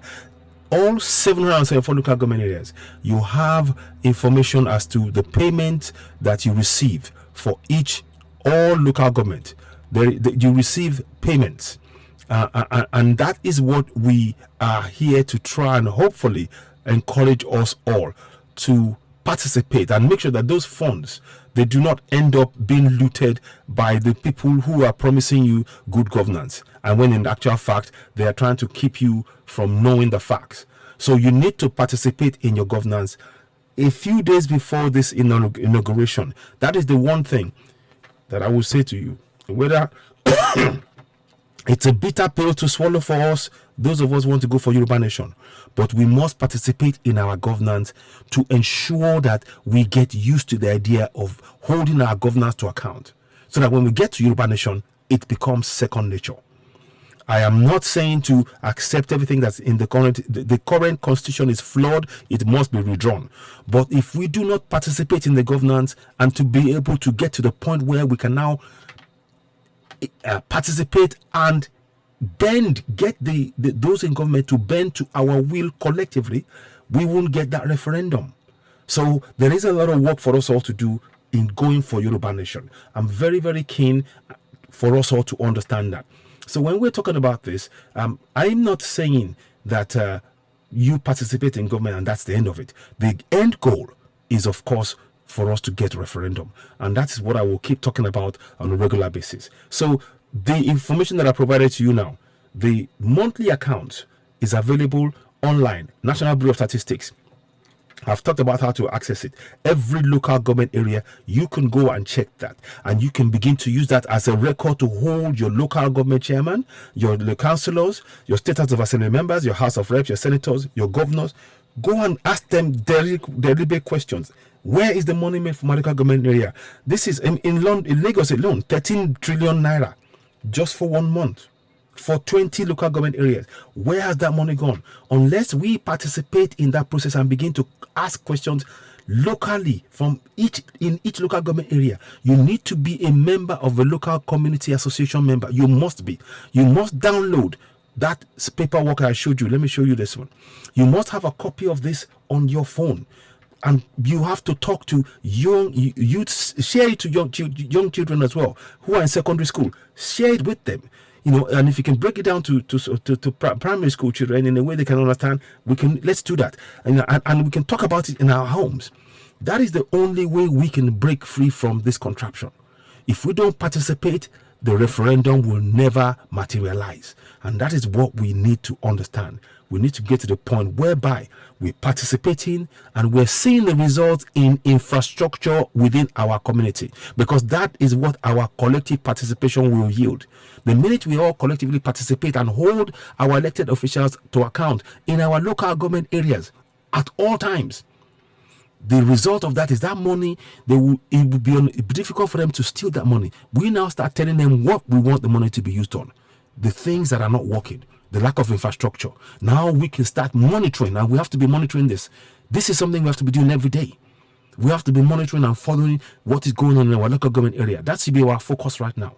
So I'm just stating that. I hope people understand the seriousness of what I'm saying. I am not saying forget Yoruba Nation. Far from it. This is the kind of foundation we need to be able to achieve Yoruba Nation, is what I'm saying. Okay, so let's like I said, let me just read to you the powers that you need as citizens right now within that fraudulent 1999 constitution. That's why it's got a cross on it. Sovereignty belongs to the people of Nigeria, from whom the government through this constitution derives all its powers and authority. 14.2a. 14.2c. The participation of the people in their the participation by the people in their governance shall be in accordance with the provisions of this constitution. Those two powers gives you the power to begin to hold and question every single elected official and appointed official to account, because sovereignty belongs to you. We need to collectively exercise that sovereignty in our local, all our 774 local government areas. So I urge you, please participate. Again, we'll talk about this. I'm showing this so that we familiarize ourselves with those rules, those laws. And please, I urge you, share this broadcast. Very important information. The next few days, we have to make this, the participation in our governance, a job that we take on. Spend less time in the church, spend less time in the mosque, spend less time in other places. Focus on your community and how you will get the infrastructure. The money is there. I'm showing you again one more time. The money is there. Lagos, 13 trillion naira. I kid you not. Let me do this. Let me just do this. I want you to just see for Lagos so you can see. I don't know if it will let me do it now. I think okay, here we go. So that is Lagos right there. I'm just gonna go up to 1 second. I want to make sure you just get it out. Yeah. So that is for Lagos. The amount you see here is for Lagos. 13 trillion naira. I don't know if it will show it again. I'm just trying to. Okay. So that is Lagos there. I'm just trying to give you as much information on that. Can you see that above my head? I hope you can see it.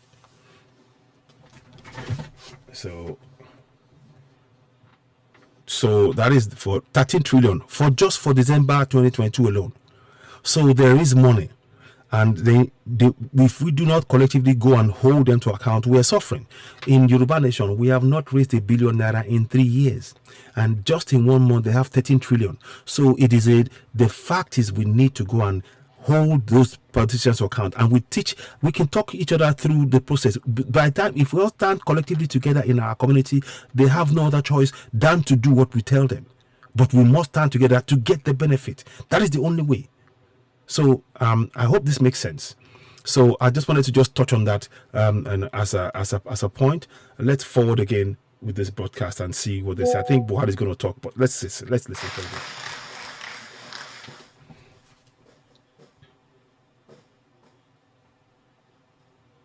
Your Excellencies, Dr. Habiba Lawal, Special Advisor to the President, Policy and Coordination, and in her words, the President-elect, the Vice President-elect have been chosen to be the voice of the people. It is our hope that every Nigerian feels valued and respected and included in development. Let's hear another round of applause for Dr. Habiba Lawal. So, ladies and gentlemen, of course, as ever, we urge you to help us subscribe, share, hit the notification button, and of course, give us a thumbs up on the Duwati Radio, and of course, Citizen AY simultaneously. We will need that support. a man who sits as this is a vice president-elect, lingual and he would be making his video we're doing remarks today, in that both position. Yoruba and His English. Excellency Obviously, Vice written in President-elect English because that's the program itself, but we translate it and so Yoruba. So it's important, and that's we're going to hear Shetima speak. I think he's going to speak on behalf of Tinubu. I mean, there are contention about the. There is no doubt that there is contention about the winner of this election because of the beavers and all of that issue. But at the end of the day, once the symbolism of all of the Western countries are all lining up and congratulating him and Chetima, the fact of the matter is that Tinubu will be the president. And this is going to cause a lot of problems going down the road. It's going to cause a lot of division. Like, very much, I foresee the situation that President Uhuru Kenyatta said when he came into power. Sadly, I foresee that situation. There's going to be a lot of division, unless, of course, President-elect Tinubu and Shetima really does a government of national unity and build that. I don't know how that's going to progress. But above all, we the citizens, the problem that we face on a daily basis is what we must focus on, and that is the lack of infrastructure in our communities. And that is why our participation in our governance, even though we want to move to Yoruba Nation, must be the priority for us initially. And we have to adopt a twin track approach. The twin track approach, we're still applying for and ensuring that the money allocation is used for the things that we need in our community by questioning them and monitoring it on one hand. On the other hand, preparing the ground for Yoruba Nation, spreading the news and preparing our people to say that, right, we need to go for Yoruba Nation. And how to achieve that finally, ultimately, is down, of course, to inserting the clause for the referendum within the Constitution. So we cannot live without that, in my opinion. I don't think it's doable without having that clause inserted in the Constitution, because we know it's a flawed Constitution. So we need that referendum so that the voice of the people can be heard. They have removed the voice. We never had a voice in the Constitution as it stands, and we need to put our voice. That referendum will be the way to go, in my opinion. But let's listen on. Thank you. ECFR, Your Excellency, former President Uhuru Kenyatta, the Deputy Speaker of the Federal House of Representatives, the maverick politician, the Turakin Kepi, the National Chairman of the APC, and members of the NWC of the party, His Eminence, the Sultan of Sokoto, my Lord Bishop Hassan Matthew Kuka, the President of the ADB, Dr. Akinwumi Adeshina, the Oni of Ipe, and my young brother, Dayo Israel, members of the National Assembly present here, our service chiefs, our other foremost traditional rulers, distinguished guests, ladies and gentlemen. I begin by thanking President Muhammadu Buhari. I'm going to pause this video for a second. I want to say something. The fact that this video is being shown on Citizen AY or on the Duduwa TV radio is not an endorsement of the Tinubu Shetima regime or not or otherwise. It isn't. It is just simply reflecting what is being done today and trying to always bring our mind, conscientize us to get to the point whereby we, the people, understand that the new governance, we have to hit the ground running by participating in our governance at the local level. So I just want to restate that again in as clear as possible. It is not an endorsement or I don't. I agree. I'm agnostic in terms of the situation on ground. What we need to do, because my personal aim remains Yoruba Nation, and for many of us.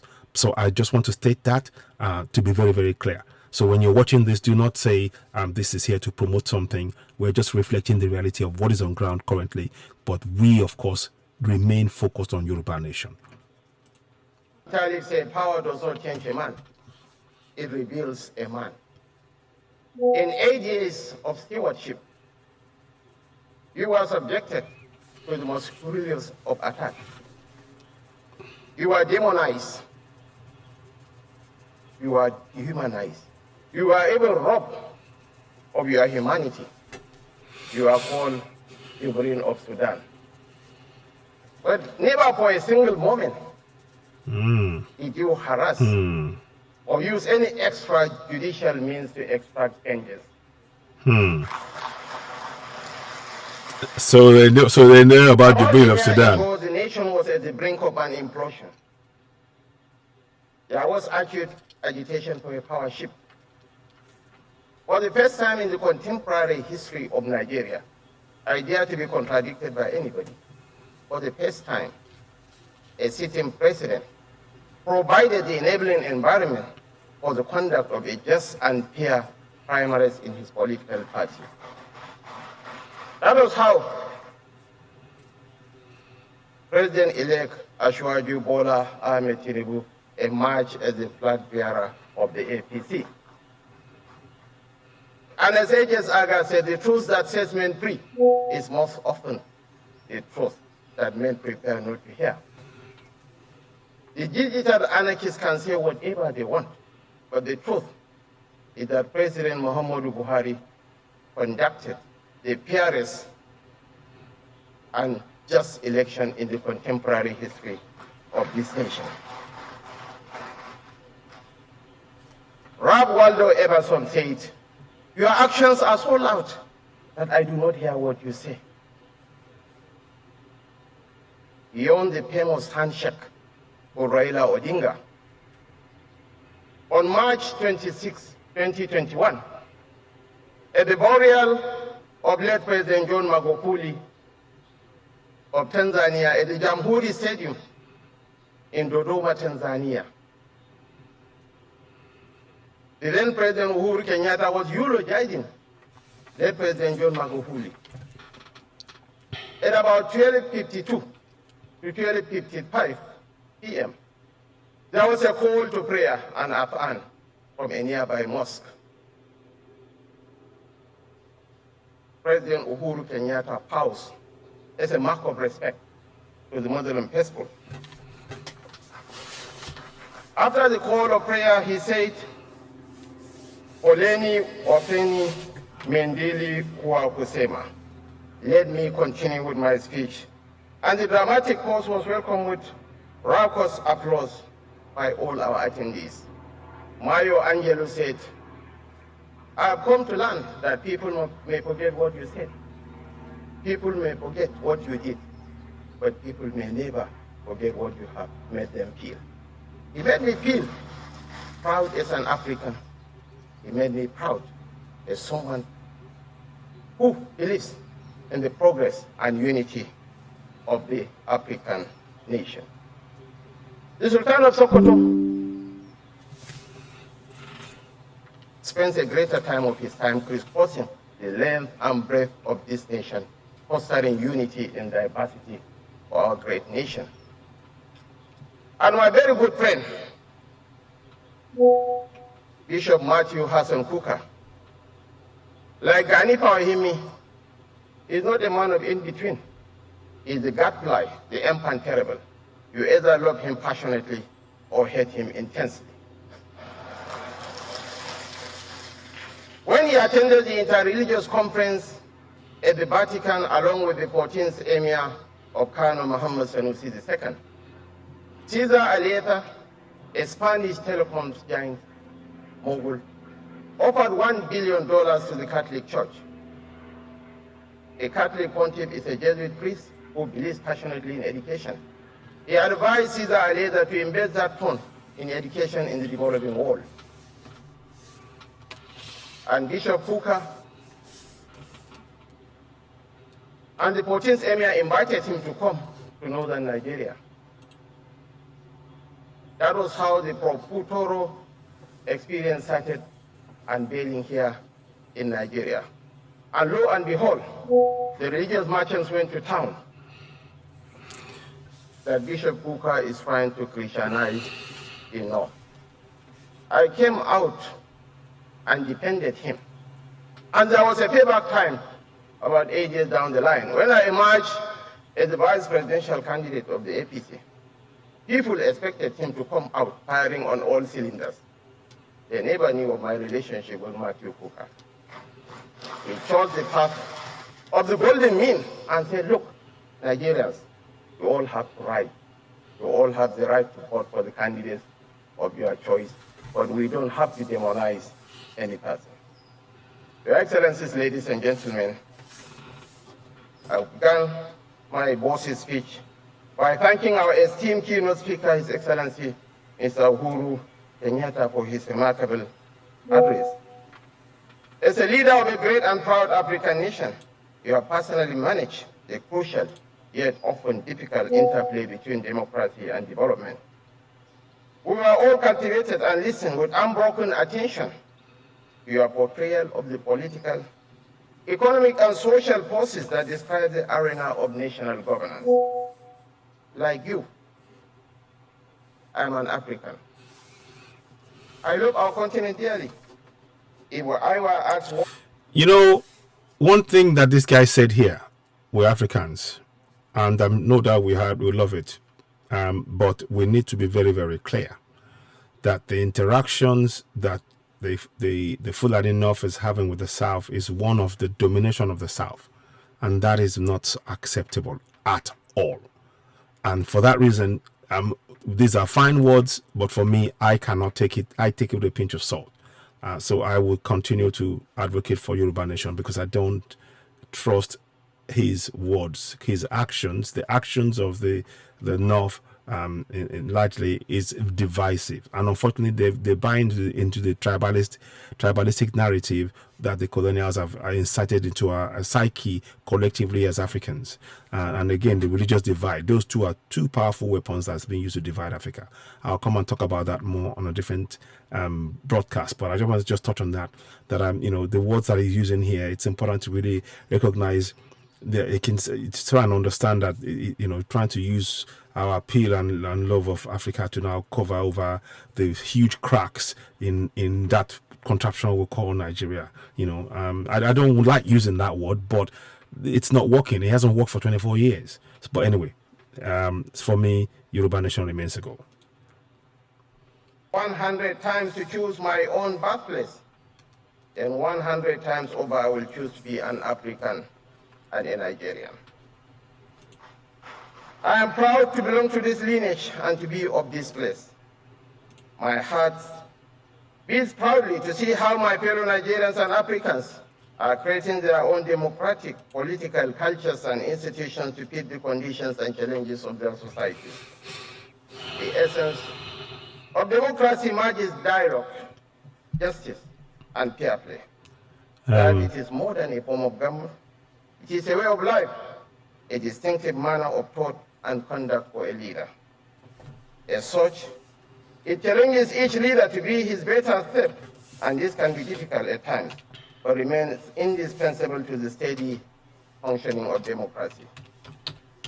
Democracy is a benign paradox. It guarantees freedom, yet its survival is dependent on the responsible and limited use of that freedom. In the long run, it is the best form of government because it allows the majority to have its way while safeguarding the fundamental interests of the minority. It is forever a work in progress, a road that never ends, yet one that grows finer and less wearisome the more you walk it. I hold precious our democracy, not as a tidy abstraction, but as a pragmatic vessel that can take this nation to safer harbor in all aspects of our collective existence.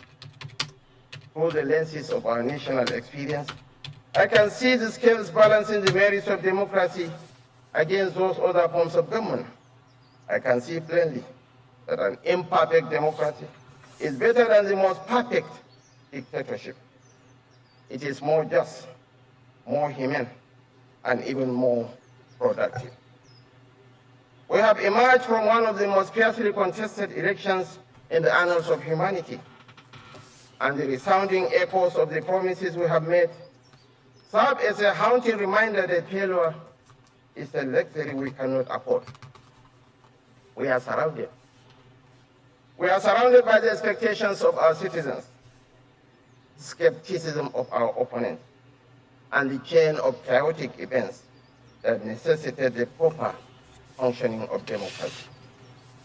Your Excellencies, distinguished ladies and gentlemen, as I stand on this elevated ground, what I behold are not mere individuals. I see a visual manifestation of the expectations placed upon us in this hall. The allure of this system of governance lies not in the ostentation of authority. What distinguishes democracy is the recognition that power is not ours to claim. We, adorned in flowing robes and fancy suits, are but servants, duty-bound to never underestimate the true proprietors of this power. We are here to serve. We are here to listen.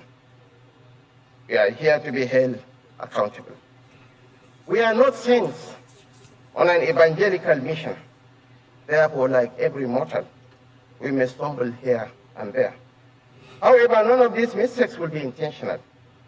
We shall never be oblivious to the impermanence of this power. And we acknowledge that we shall be judged by man, time, and God. No doubt, our hearts swell with gratitude.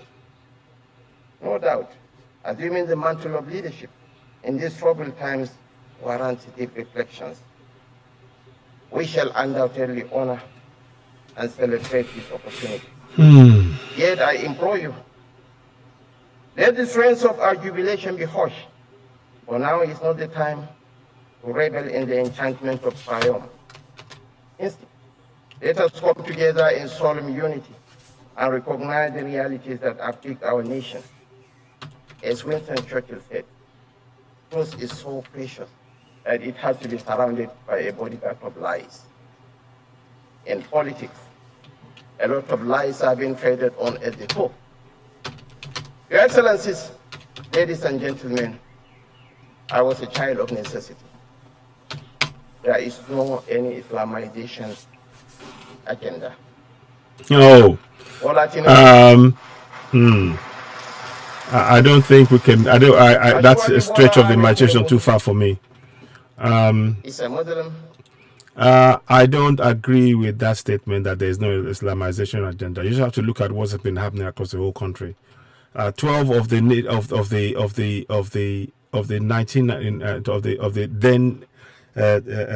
northern states suddenly adopted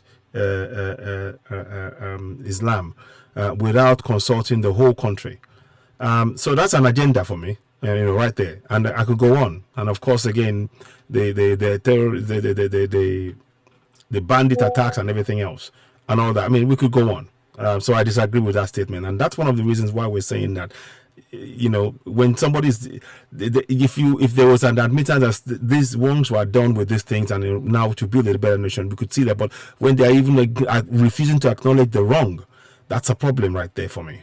To say that there is no Islamization agenda is simply not speaking facts. We know that they went for meetings in the 80s to try and make Nigeria into an Islamic nation, and they've been doing everything ever since then. So I disagree with that statement fundamentally. Who is married to a Christian? Not only a Christian, but a pastor of the Redeemed Christian Church of God. Someone who has not Islamized his family. People are alluding that he has the intention to Islamize the nation.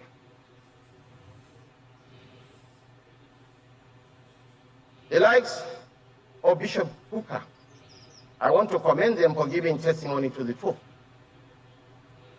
When I was the governor of Borno State, Borno is 90% Muslim. Churches were destroyed by the Boko Haram insurgents in southern Borno.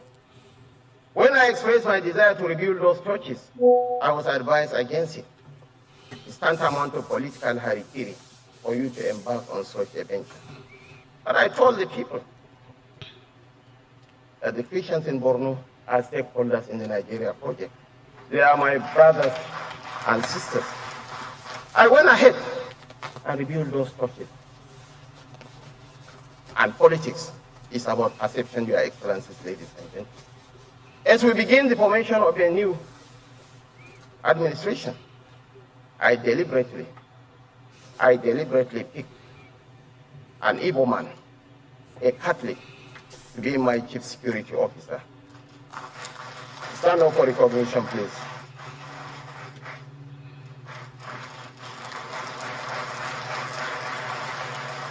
For the purpose of inclusivity and togetherness, again, I deliberately picked a Northern Christian to be my ADC.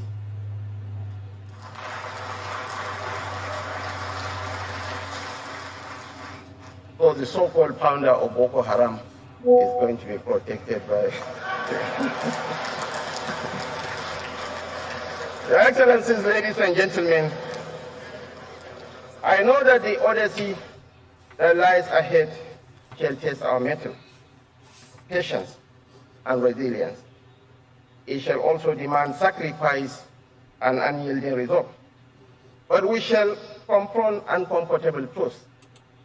The observations by Dr. Akinwumi Adesina are poignant. And I want to differ from the perspective of my junior brother, Dayo Israel. There won't be a Tinubu, Etima administration. There is an outgoing Buhari administration. There will be a Tinubu administration. As Spyro Agnew said, I hate all vices, including the office of the vice president. A vice president is as powerful as his loyalty to his principal.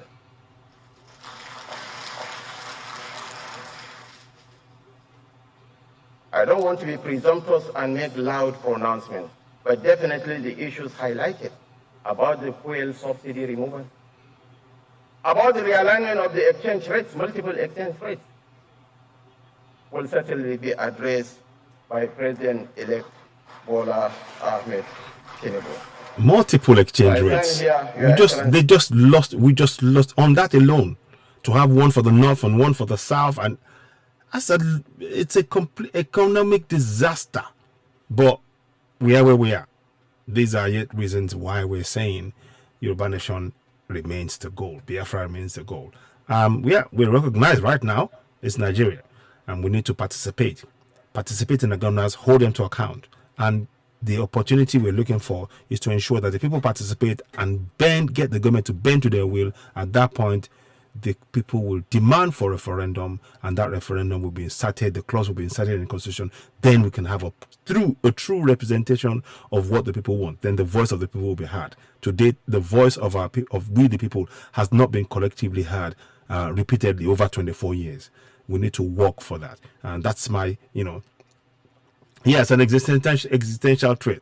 Exactly what is do, my brother? An existential threat. Yeah. So I disagree again with. I mean, he talks about the fuel subsidy and all of that. These are things that geared to remove wealth from our nation. I mean, the monopoly they've given to Dangote, for example, sugar, cement, now oil. And I mean, that's counterproductive. You cannot build an economy on a monopoly. You cannot. No way. So, but anyway, these are things that are motivating us to go forward and go for Yoruba Nation. And I hope many people are saying that I am very, very clear. I may not be voicing it in the way you expect in terms of talking about rallies and things. That's not what we need. It is, if we do not follow what's happening with the money, we will not. It will take us longer to achieve Yoruba Nation, and we need to really align and put things in place to ensure that the people engage in the process.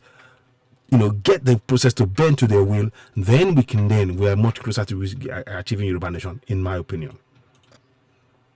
Ladies and gentlemen, imbued with a profound conviction that in unity we are going to move a mountain, I implore on all Nigerians to give us the benefit of the doubt, to invest your trust and confidence in the Tinubu project, to believe in the Nigeria project.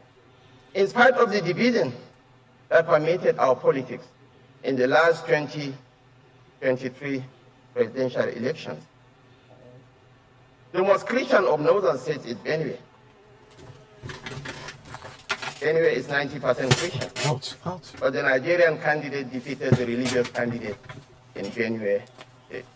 Sorry, We want 2 of there the was 3 a. Senate I opened the seats. door and there was some. We want 10 out of the 11 House of B that Representatives. came for me, so And we want the governorship seat in Benue. send it out. The most northern of northern states is Sokoto. The Nigerian candidate lost to the regional candidate by a mere fraction in Sokoto. We want 2 Senate seats in Sokoto, and we want the gubernatorial race in Sokoto. So finally, Your Excellency, ladies and gentlemen, what binds us together to persist whatever that divides us? Thank you so much, and may God bless us. Please don't forget to give us a like on the, give us thumbs up in Oduduwa TV Radio. Please, as you're watching, give us a thumbs up. Help us to reach more people. The more thumbs up we get, if one thumbs up, lórí Oduduwa TV Radio, 2 lórí YouTube, torí Vice a President fẹ́ Kashim kí kí kó lè tó àwọn èèyàn wa létí láìpẹ́ lọ́jọ́ iwájú. A tún máa padà wá náà láìpẹ́ yìí. Ó dà pé kí ni máa sọ̀rọ̀ sí Buhari máa sọ̀rọ̀. So àfihàn káìsẹ̀ ètò yìí lẹ̀ akọni kakàn jáde náà lẹ́ẹ̀kan náà ni pé ká test system náà nínú tó dẹ̀ kó dẹ̀ bá mú sìn. So ẹ ṣeun lọ́pọ̀lọpọ̀ gan ni. Ẹ bá a máa pè tí ẹ bá ṣe ń rí. Ẹ bá a subscribe sórí Oduduwa TV Radio 2. Ẹ má gbàgbé fún wa ní thumbs up. Ẹ jọ̀ọ́ fún wa ní thumbs up lórí Oduduwa TV Radio 2. Bẹ́ẹ̀ ṣe ń wò ẹ ṣeun inú wa dùn gan ni ẹ ṣeun wa dúpẹ́ gan ni inú wa dùn bẹ́ẹ̀ ṣe darapọ̀ mọ́ wa. Àjọṣe wa ò ní bàjẹ́. Yoruba Nation á tẹ̀ wá lọ́wọ́ sùúrù náà ló wá gbà àmọ́ a máa débẹ̀ ẹ ṣeun. So ẹ bá wa ẹ fún wa ní thumbs up lórí YouTube ẹ ṣeun.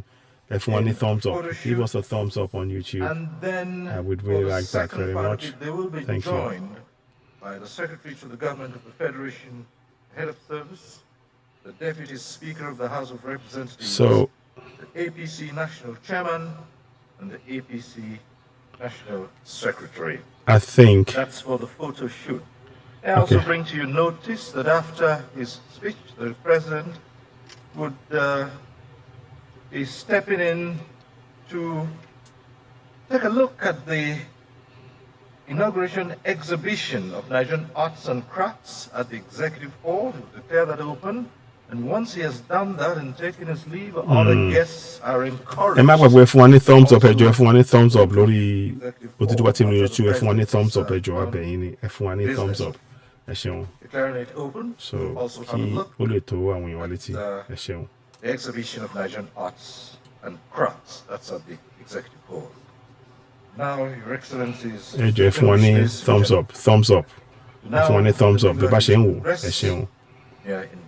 Wọ́n rà pé Tinubu máa sọ̀rọ̀ tó bá ti sọ̀rọ̀ sí àákàn parí àgbé ètò wá sópin àrípadà wá àkànfẹ́ kẹgbọ́ náà nínú.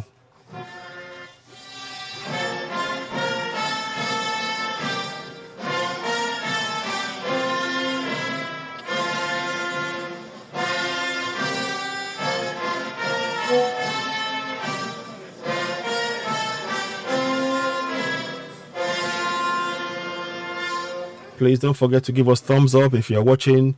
The more thumbs up we get, the more it reaches more people. Tinubu, Buhari is about to speak, and then we'll wrap it up. I want to thank you all very much for joining us. Thank you very much. Thumbs up as you just press the button. There's a small button on the screen. If you're watching, it says it's a thumbs up. Just below the screen. Let me show you where it is if I can show you. Former president. Let me show you in case you're not following it. So. Deputy Speaker, I'm House going to of show you quickly. Representatives, the So we're governors going to do this. I'll show you quickly. present here, members of the National Assembly, Secretary to the Government of Let me the just do something Federation, quickly. Honorable Ministers, Deputy Secretary General, United Nations President, It may President not Africa work on Development that Bank, thing. Chairman and principal members of All Progressive Congress, Chief of Defense Staff and the Service Chiefs, Right, Royal okay. Fathers, So ladies and gentlemen. what you need to do is you go on to the page and this arrow here, As we come to the close of this important this inauguration arrow lecture, here, I there, I stand don't know if you before can see it. with profound sense I'm just of showing you pride briefly, and quickly. gratitude this here, Today, you can give the arrow, you click on that arrow of introspection, enlightenment. This one here, you just give us a like there. If you like growth. it there, then it will give us that's a thumbs up that you give us. So that we will reach more people. So please help us give the thumbs up that way. Every time you come on, just give us a thumbs up on both platforms. We appreciate that. If you click on that, for example, you see it will show the like on it. So please let's do that. I would appreciate you guys doing that if you like it for us. I'll do that, myself here just now, but it would help if you all do that as well. That would help. Thank you so much. You notice I'm speaking over Buhari because but anyway.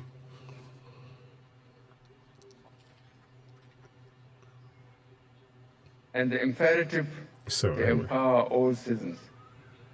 But more importantly, we have unearthed the transformative power of democracy and the immense potential it holds for our great nation. In the course of this lecture, we have learned that democracy is not merely a system of governance. Thank you very much for the like. I appreciate that. Thank you for responding, each and every one of you. So every time we do a broadcast, always give us a thumbs up. That way it gives us we can really, it helps grow the platform. It will reach more people that way. So it's really important. I will be prompting many people over and over to do that for us. Thank you. Valued and represented. I don't think there's much in terms of what Buhari is saying here that is of substance, because in 8 years there's been no infrastructural, there's been very little infrastructural development. There's no healthcare, schools, over 30 million children out of school. The economy is bankrupt. There's the list of no security, no safety. Hunger in the land. And I'm not saying that with joy. I'm saying the sad reality of what we face. So but anyway, let's listen on for a bit. The underlying philosophy of this lecture has been rooted in the belief that our nation's progress rests on the place of unity, inclusivity, and shared responsibility. We have acknowledged that the task of nation building is a collective one, transcending political affiliations and personal interests. It is a commitment to leaving no Nigerian behind, ensuring that every citizen feels the positive impact of good governance and enjoys the dividends of democracy. The lessons we have learned here are not mere intellectual exercises, but a call to action.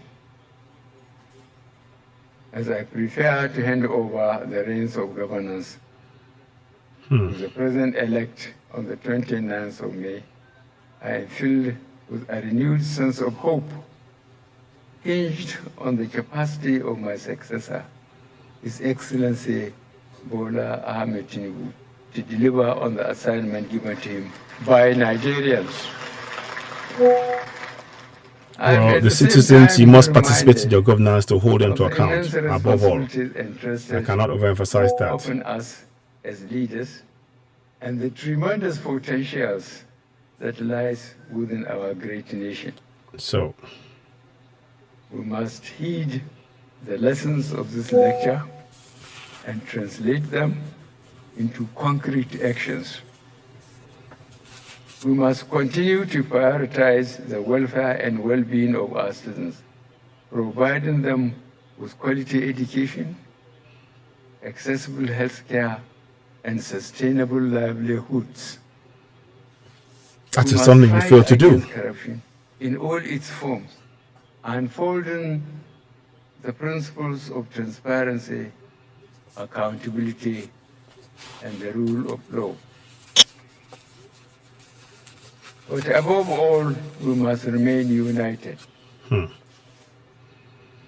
diversity is our strength, and it is through dialogue, understanding, and respect, we can overcome our differences and forge a common path towards progress. Let us foster an environment where every Nigerian has an equal opportunity to thrive. Federal character must be removed then. Then we have to remove federal character and this quota system nonsense. But like I said, I have no faith in contraction Nigeria. I don't like saying those words because it's not, you know, I just don't have confidence in Nigeria. Put it that way. You need to remove federal character and you have to remove quota system. Like I said, well, we'll see. Accepting my invitation to share his wealth of knowledge with us. Indeed, you are thought-provoking lecture, and the perspective shared by the panel of eminent Nigerians has left an indelible mark on our collective consciousness. I thank the Secretary to the Government of the Federation and members of his team for a job well done. Well, we'll wrap it up shortly, and I'll be back later maybe. But I mean, I just wanted to do this today because we'll be doing more broadcasts. But please help us grow the platform. YouTube Facebook is not reliable, and we're trying to build something here. So we'll do it slowly. We're not in a rush. We just want to get this building it slowly and slowly. We're about almost 2,500 now on YouTube for Citizen AY, and we need to get to a couple of hundreds on Oduduwa TV Radio YouTube. Oduduwa TV Radio 2. With the original platform we had, Facebook, YouTube have actually messed it up. They demonetized it and everything else, and we do need that information to be able to help us in getting one or two things. I mean, we need to update our systems and things, but so we are asking for you to help us subscribe. That's the best way you can help us. We can get better programming. If we have more subscription from people, it will help us. And God bless the Federal Republic of Nigeria. So anyway, yeah, I'm talking over it because the president will now be joined. So I don't want to see that. I don't think we need to see that, to be honest. I think we will wrap it up here.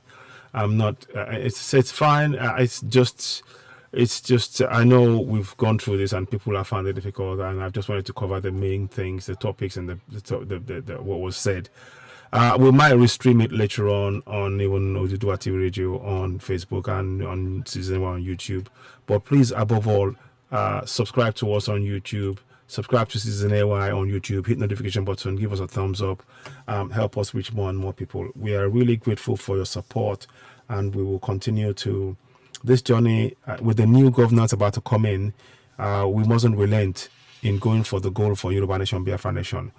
But we need to participate in our governance, because through participation, we will be able to the people will now speak for themselves and demand for a referendum, because they will understand that they've been denied the action of actually participating and drafting this constitution. So by putting in the referendum, that will be the voice of the people, and that is what we need to encourage. So I'm not saying that we just fold up and go support this governance in that way. We need to participate to hold them to account. Again, just to recap and reiterate, the thing we need to understand that sovereignty belongs to the people of Nigeria, from whom the government through the constitution derives all its powers and authority. The participation of the people, participation by the people in their governance shall be in accordance with the provisions of this constitution. Those are two powers I need to hold together and realize that you have those powers, and we need to encourage our people to use it. Make sure you join a local community association, not because you're supporting the governance, but because you need to participate and make them accountable. Your infrastructure in your local government area must be your top priority. The funds which I'm about to show you are there, and that is what we need to do. The funds are there, and those funds must be used for those things. So I cannot overemphasize how important that is, that we begin with the new dispensation that they're bringing in, it's not something we support, but it is the reality that's going to come in. So there is no point in us trying to say, oh, it's not, it's not going to happen. I reject it or whatever. You can reject it all you want. The reality is it is going to happen. So what we need to do is to prepare people, prepare people to actually participate in the governance so they can effect the change that they truly want, collectively. So like I'm showing you at the top of the page here, you see there, that's Lagos. You see, that's Lagos right there, 13 trillion in just 1 month. We need to take collective action together to change it. That's what I'm hoping. So that when you participate in your governance, you can every month you can track that amount. You can call your local chairman collectively and your councillor and say, this is how much you received that was paid to you. Where's that money? We need the money. This is our road. The money is there. We need that, So those are the kind of things. You need to pull the evidence together and the roads, the lack of infrastructure, and you marry the two. That's what we're trying to do. It needs active participation. Ladies and gentlemen, you're watching Season A, the platform where we speak truth to power. I'll be back later on. Thank you so much for joining. Hope you found this beneficial. Of course, give us a thumbs up. Help us reach more people. Yoruba Nation àtẹ̀wá lọ́wọ́ àjẹkátẹ̀síwájú ìkópa níjọba wa ó ṣe pàtàkì. Ẹ̀rí sì pé àwọn owó tó ń gbà lóṣooṣù rẹ̀ 3 trillion lẹ́wọ̀n mi báyẹn tán fún Èkó ní oṣù December tó kọjá. 3 trillion fún gbogbo àwọn ìbílẹ̀ Èkó bolówó yẹn ń lọ tí ẹ bá kópa nínú ìjọba ìyà yẹn ló máa jẹ wá. Àwa tá ti ń ṣe Yorùbá Nation dá 1 billion 3 trillion ló wà mẹ́ẹ̀ fóṣù kan. Ẹ rí i pé aláti kópa nínú kìíní ó ṣe pàtàkì. Tẹ́ bá ṣe ń gbé ètò yẹn bá pè fún àwọn yẹn wa. Ẹ ṣeun àrùjì báyìí lọ àti máa padà wá láìpẹ́ yìí. Kò ní sí wa kò ní rẹwà. Ẹ ṣeun ó dìgbà kan náà ó dìgbà kan ó dàbọ̀.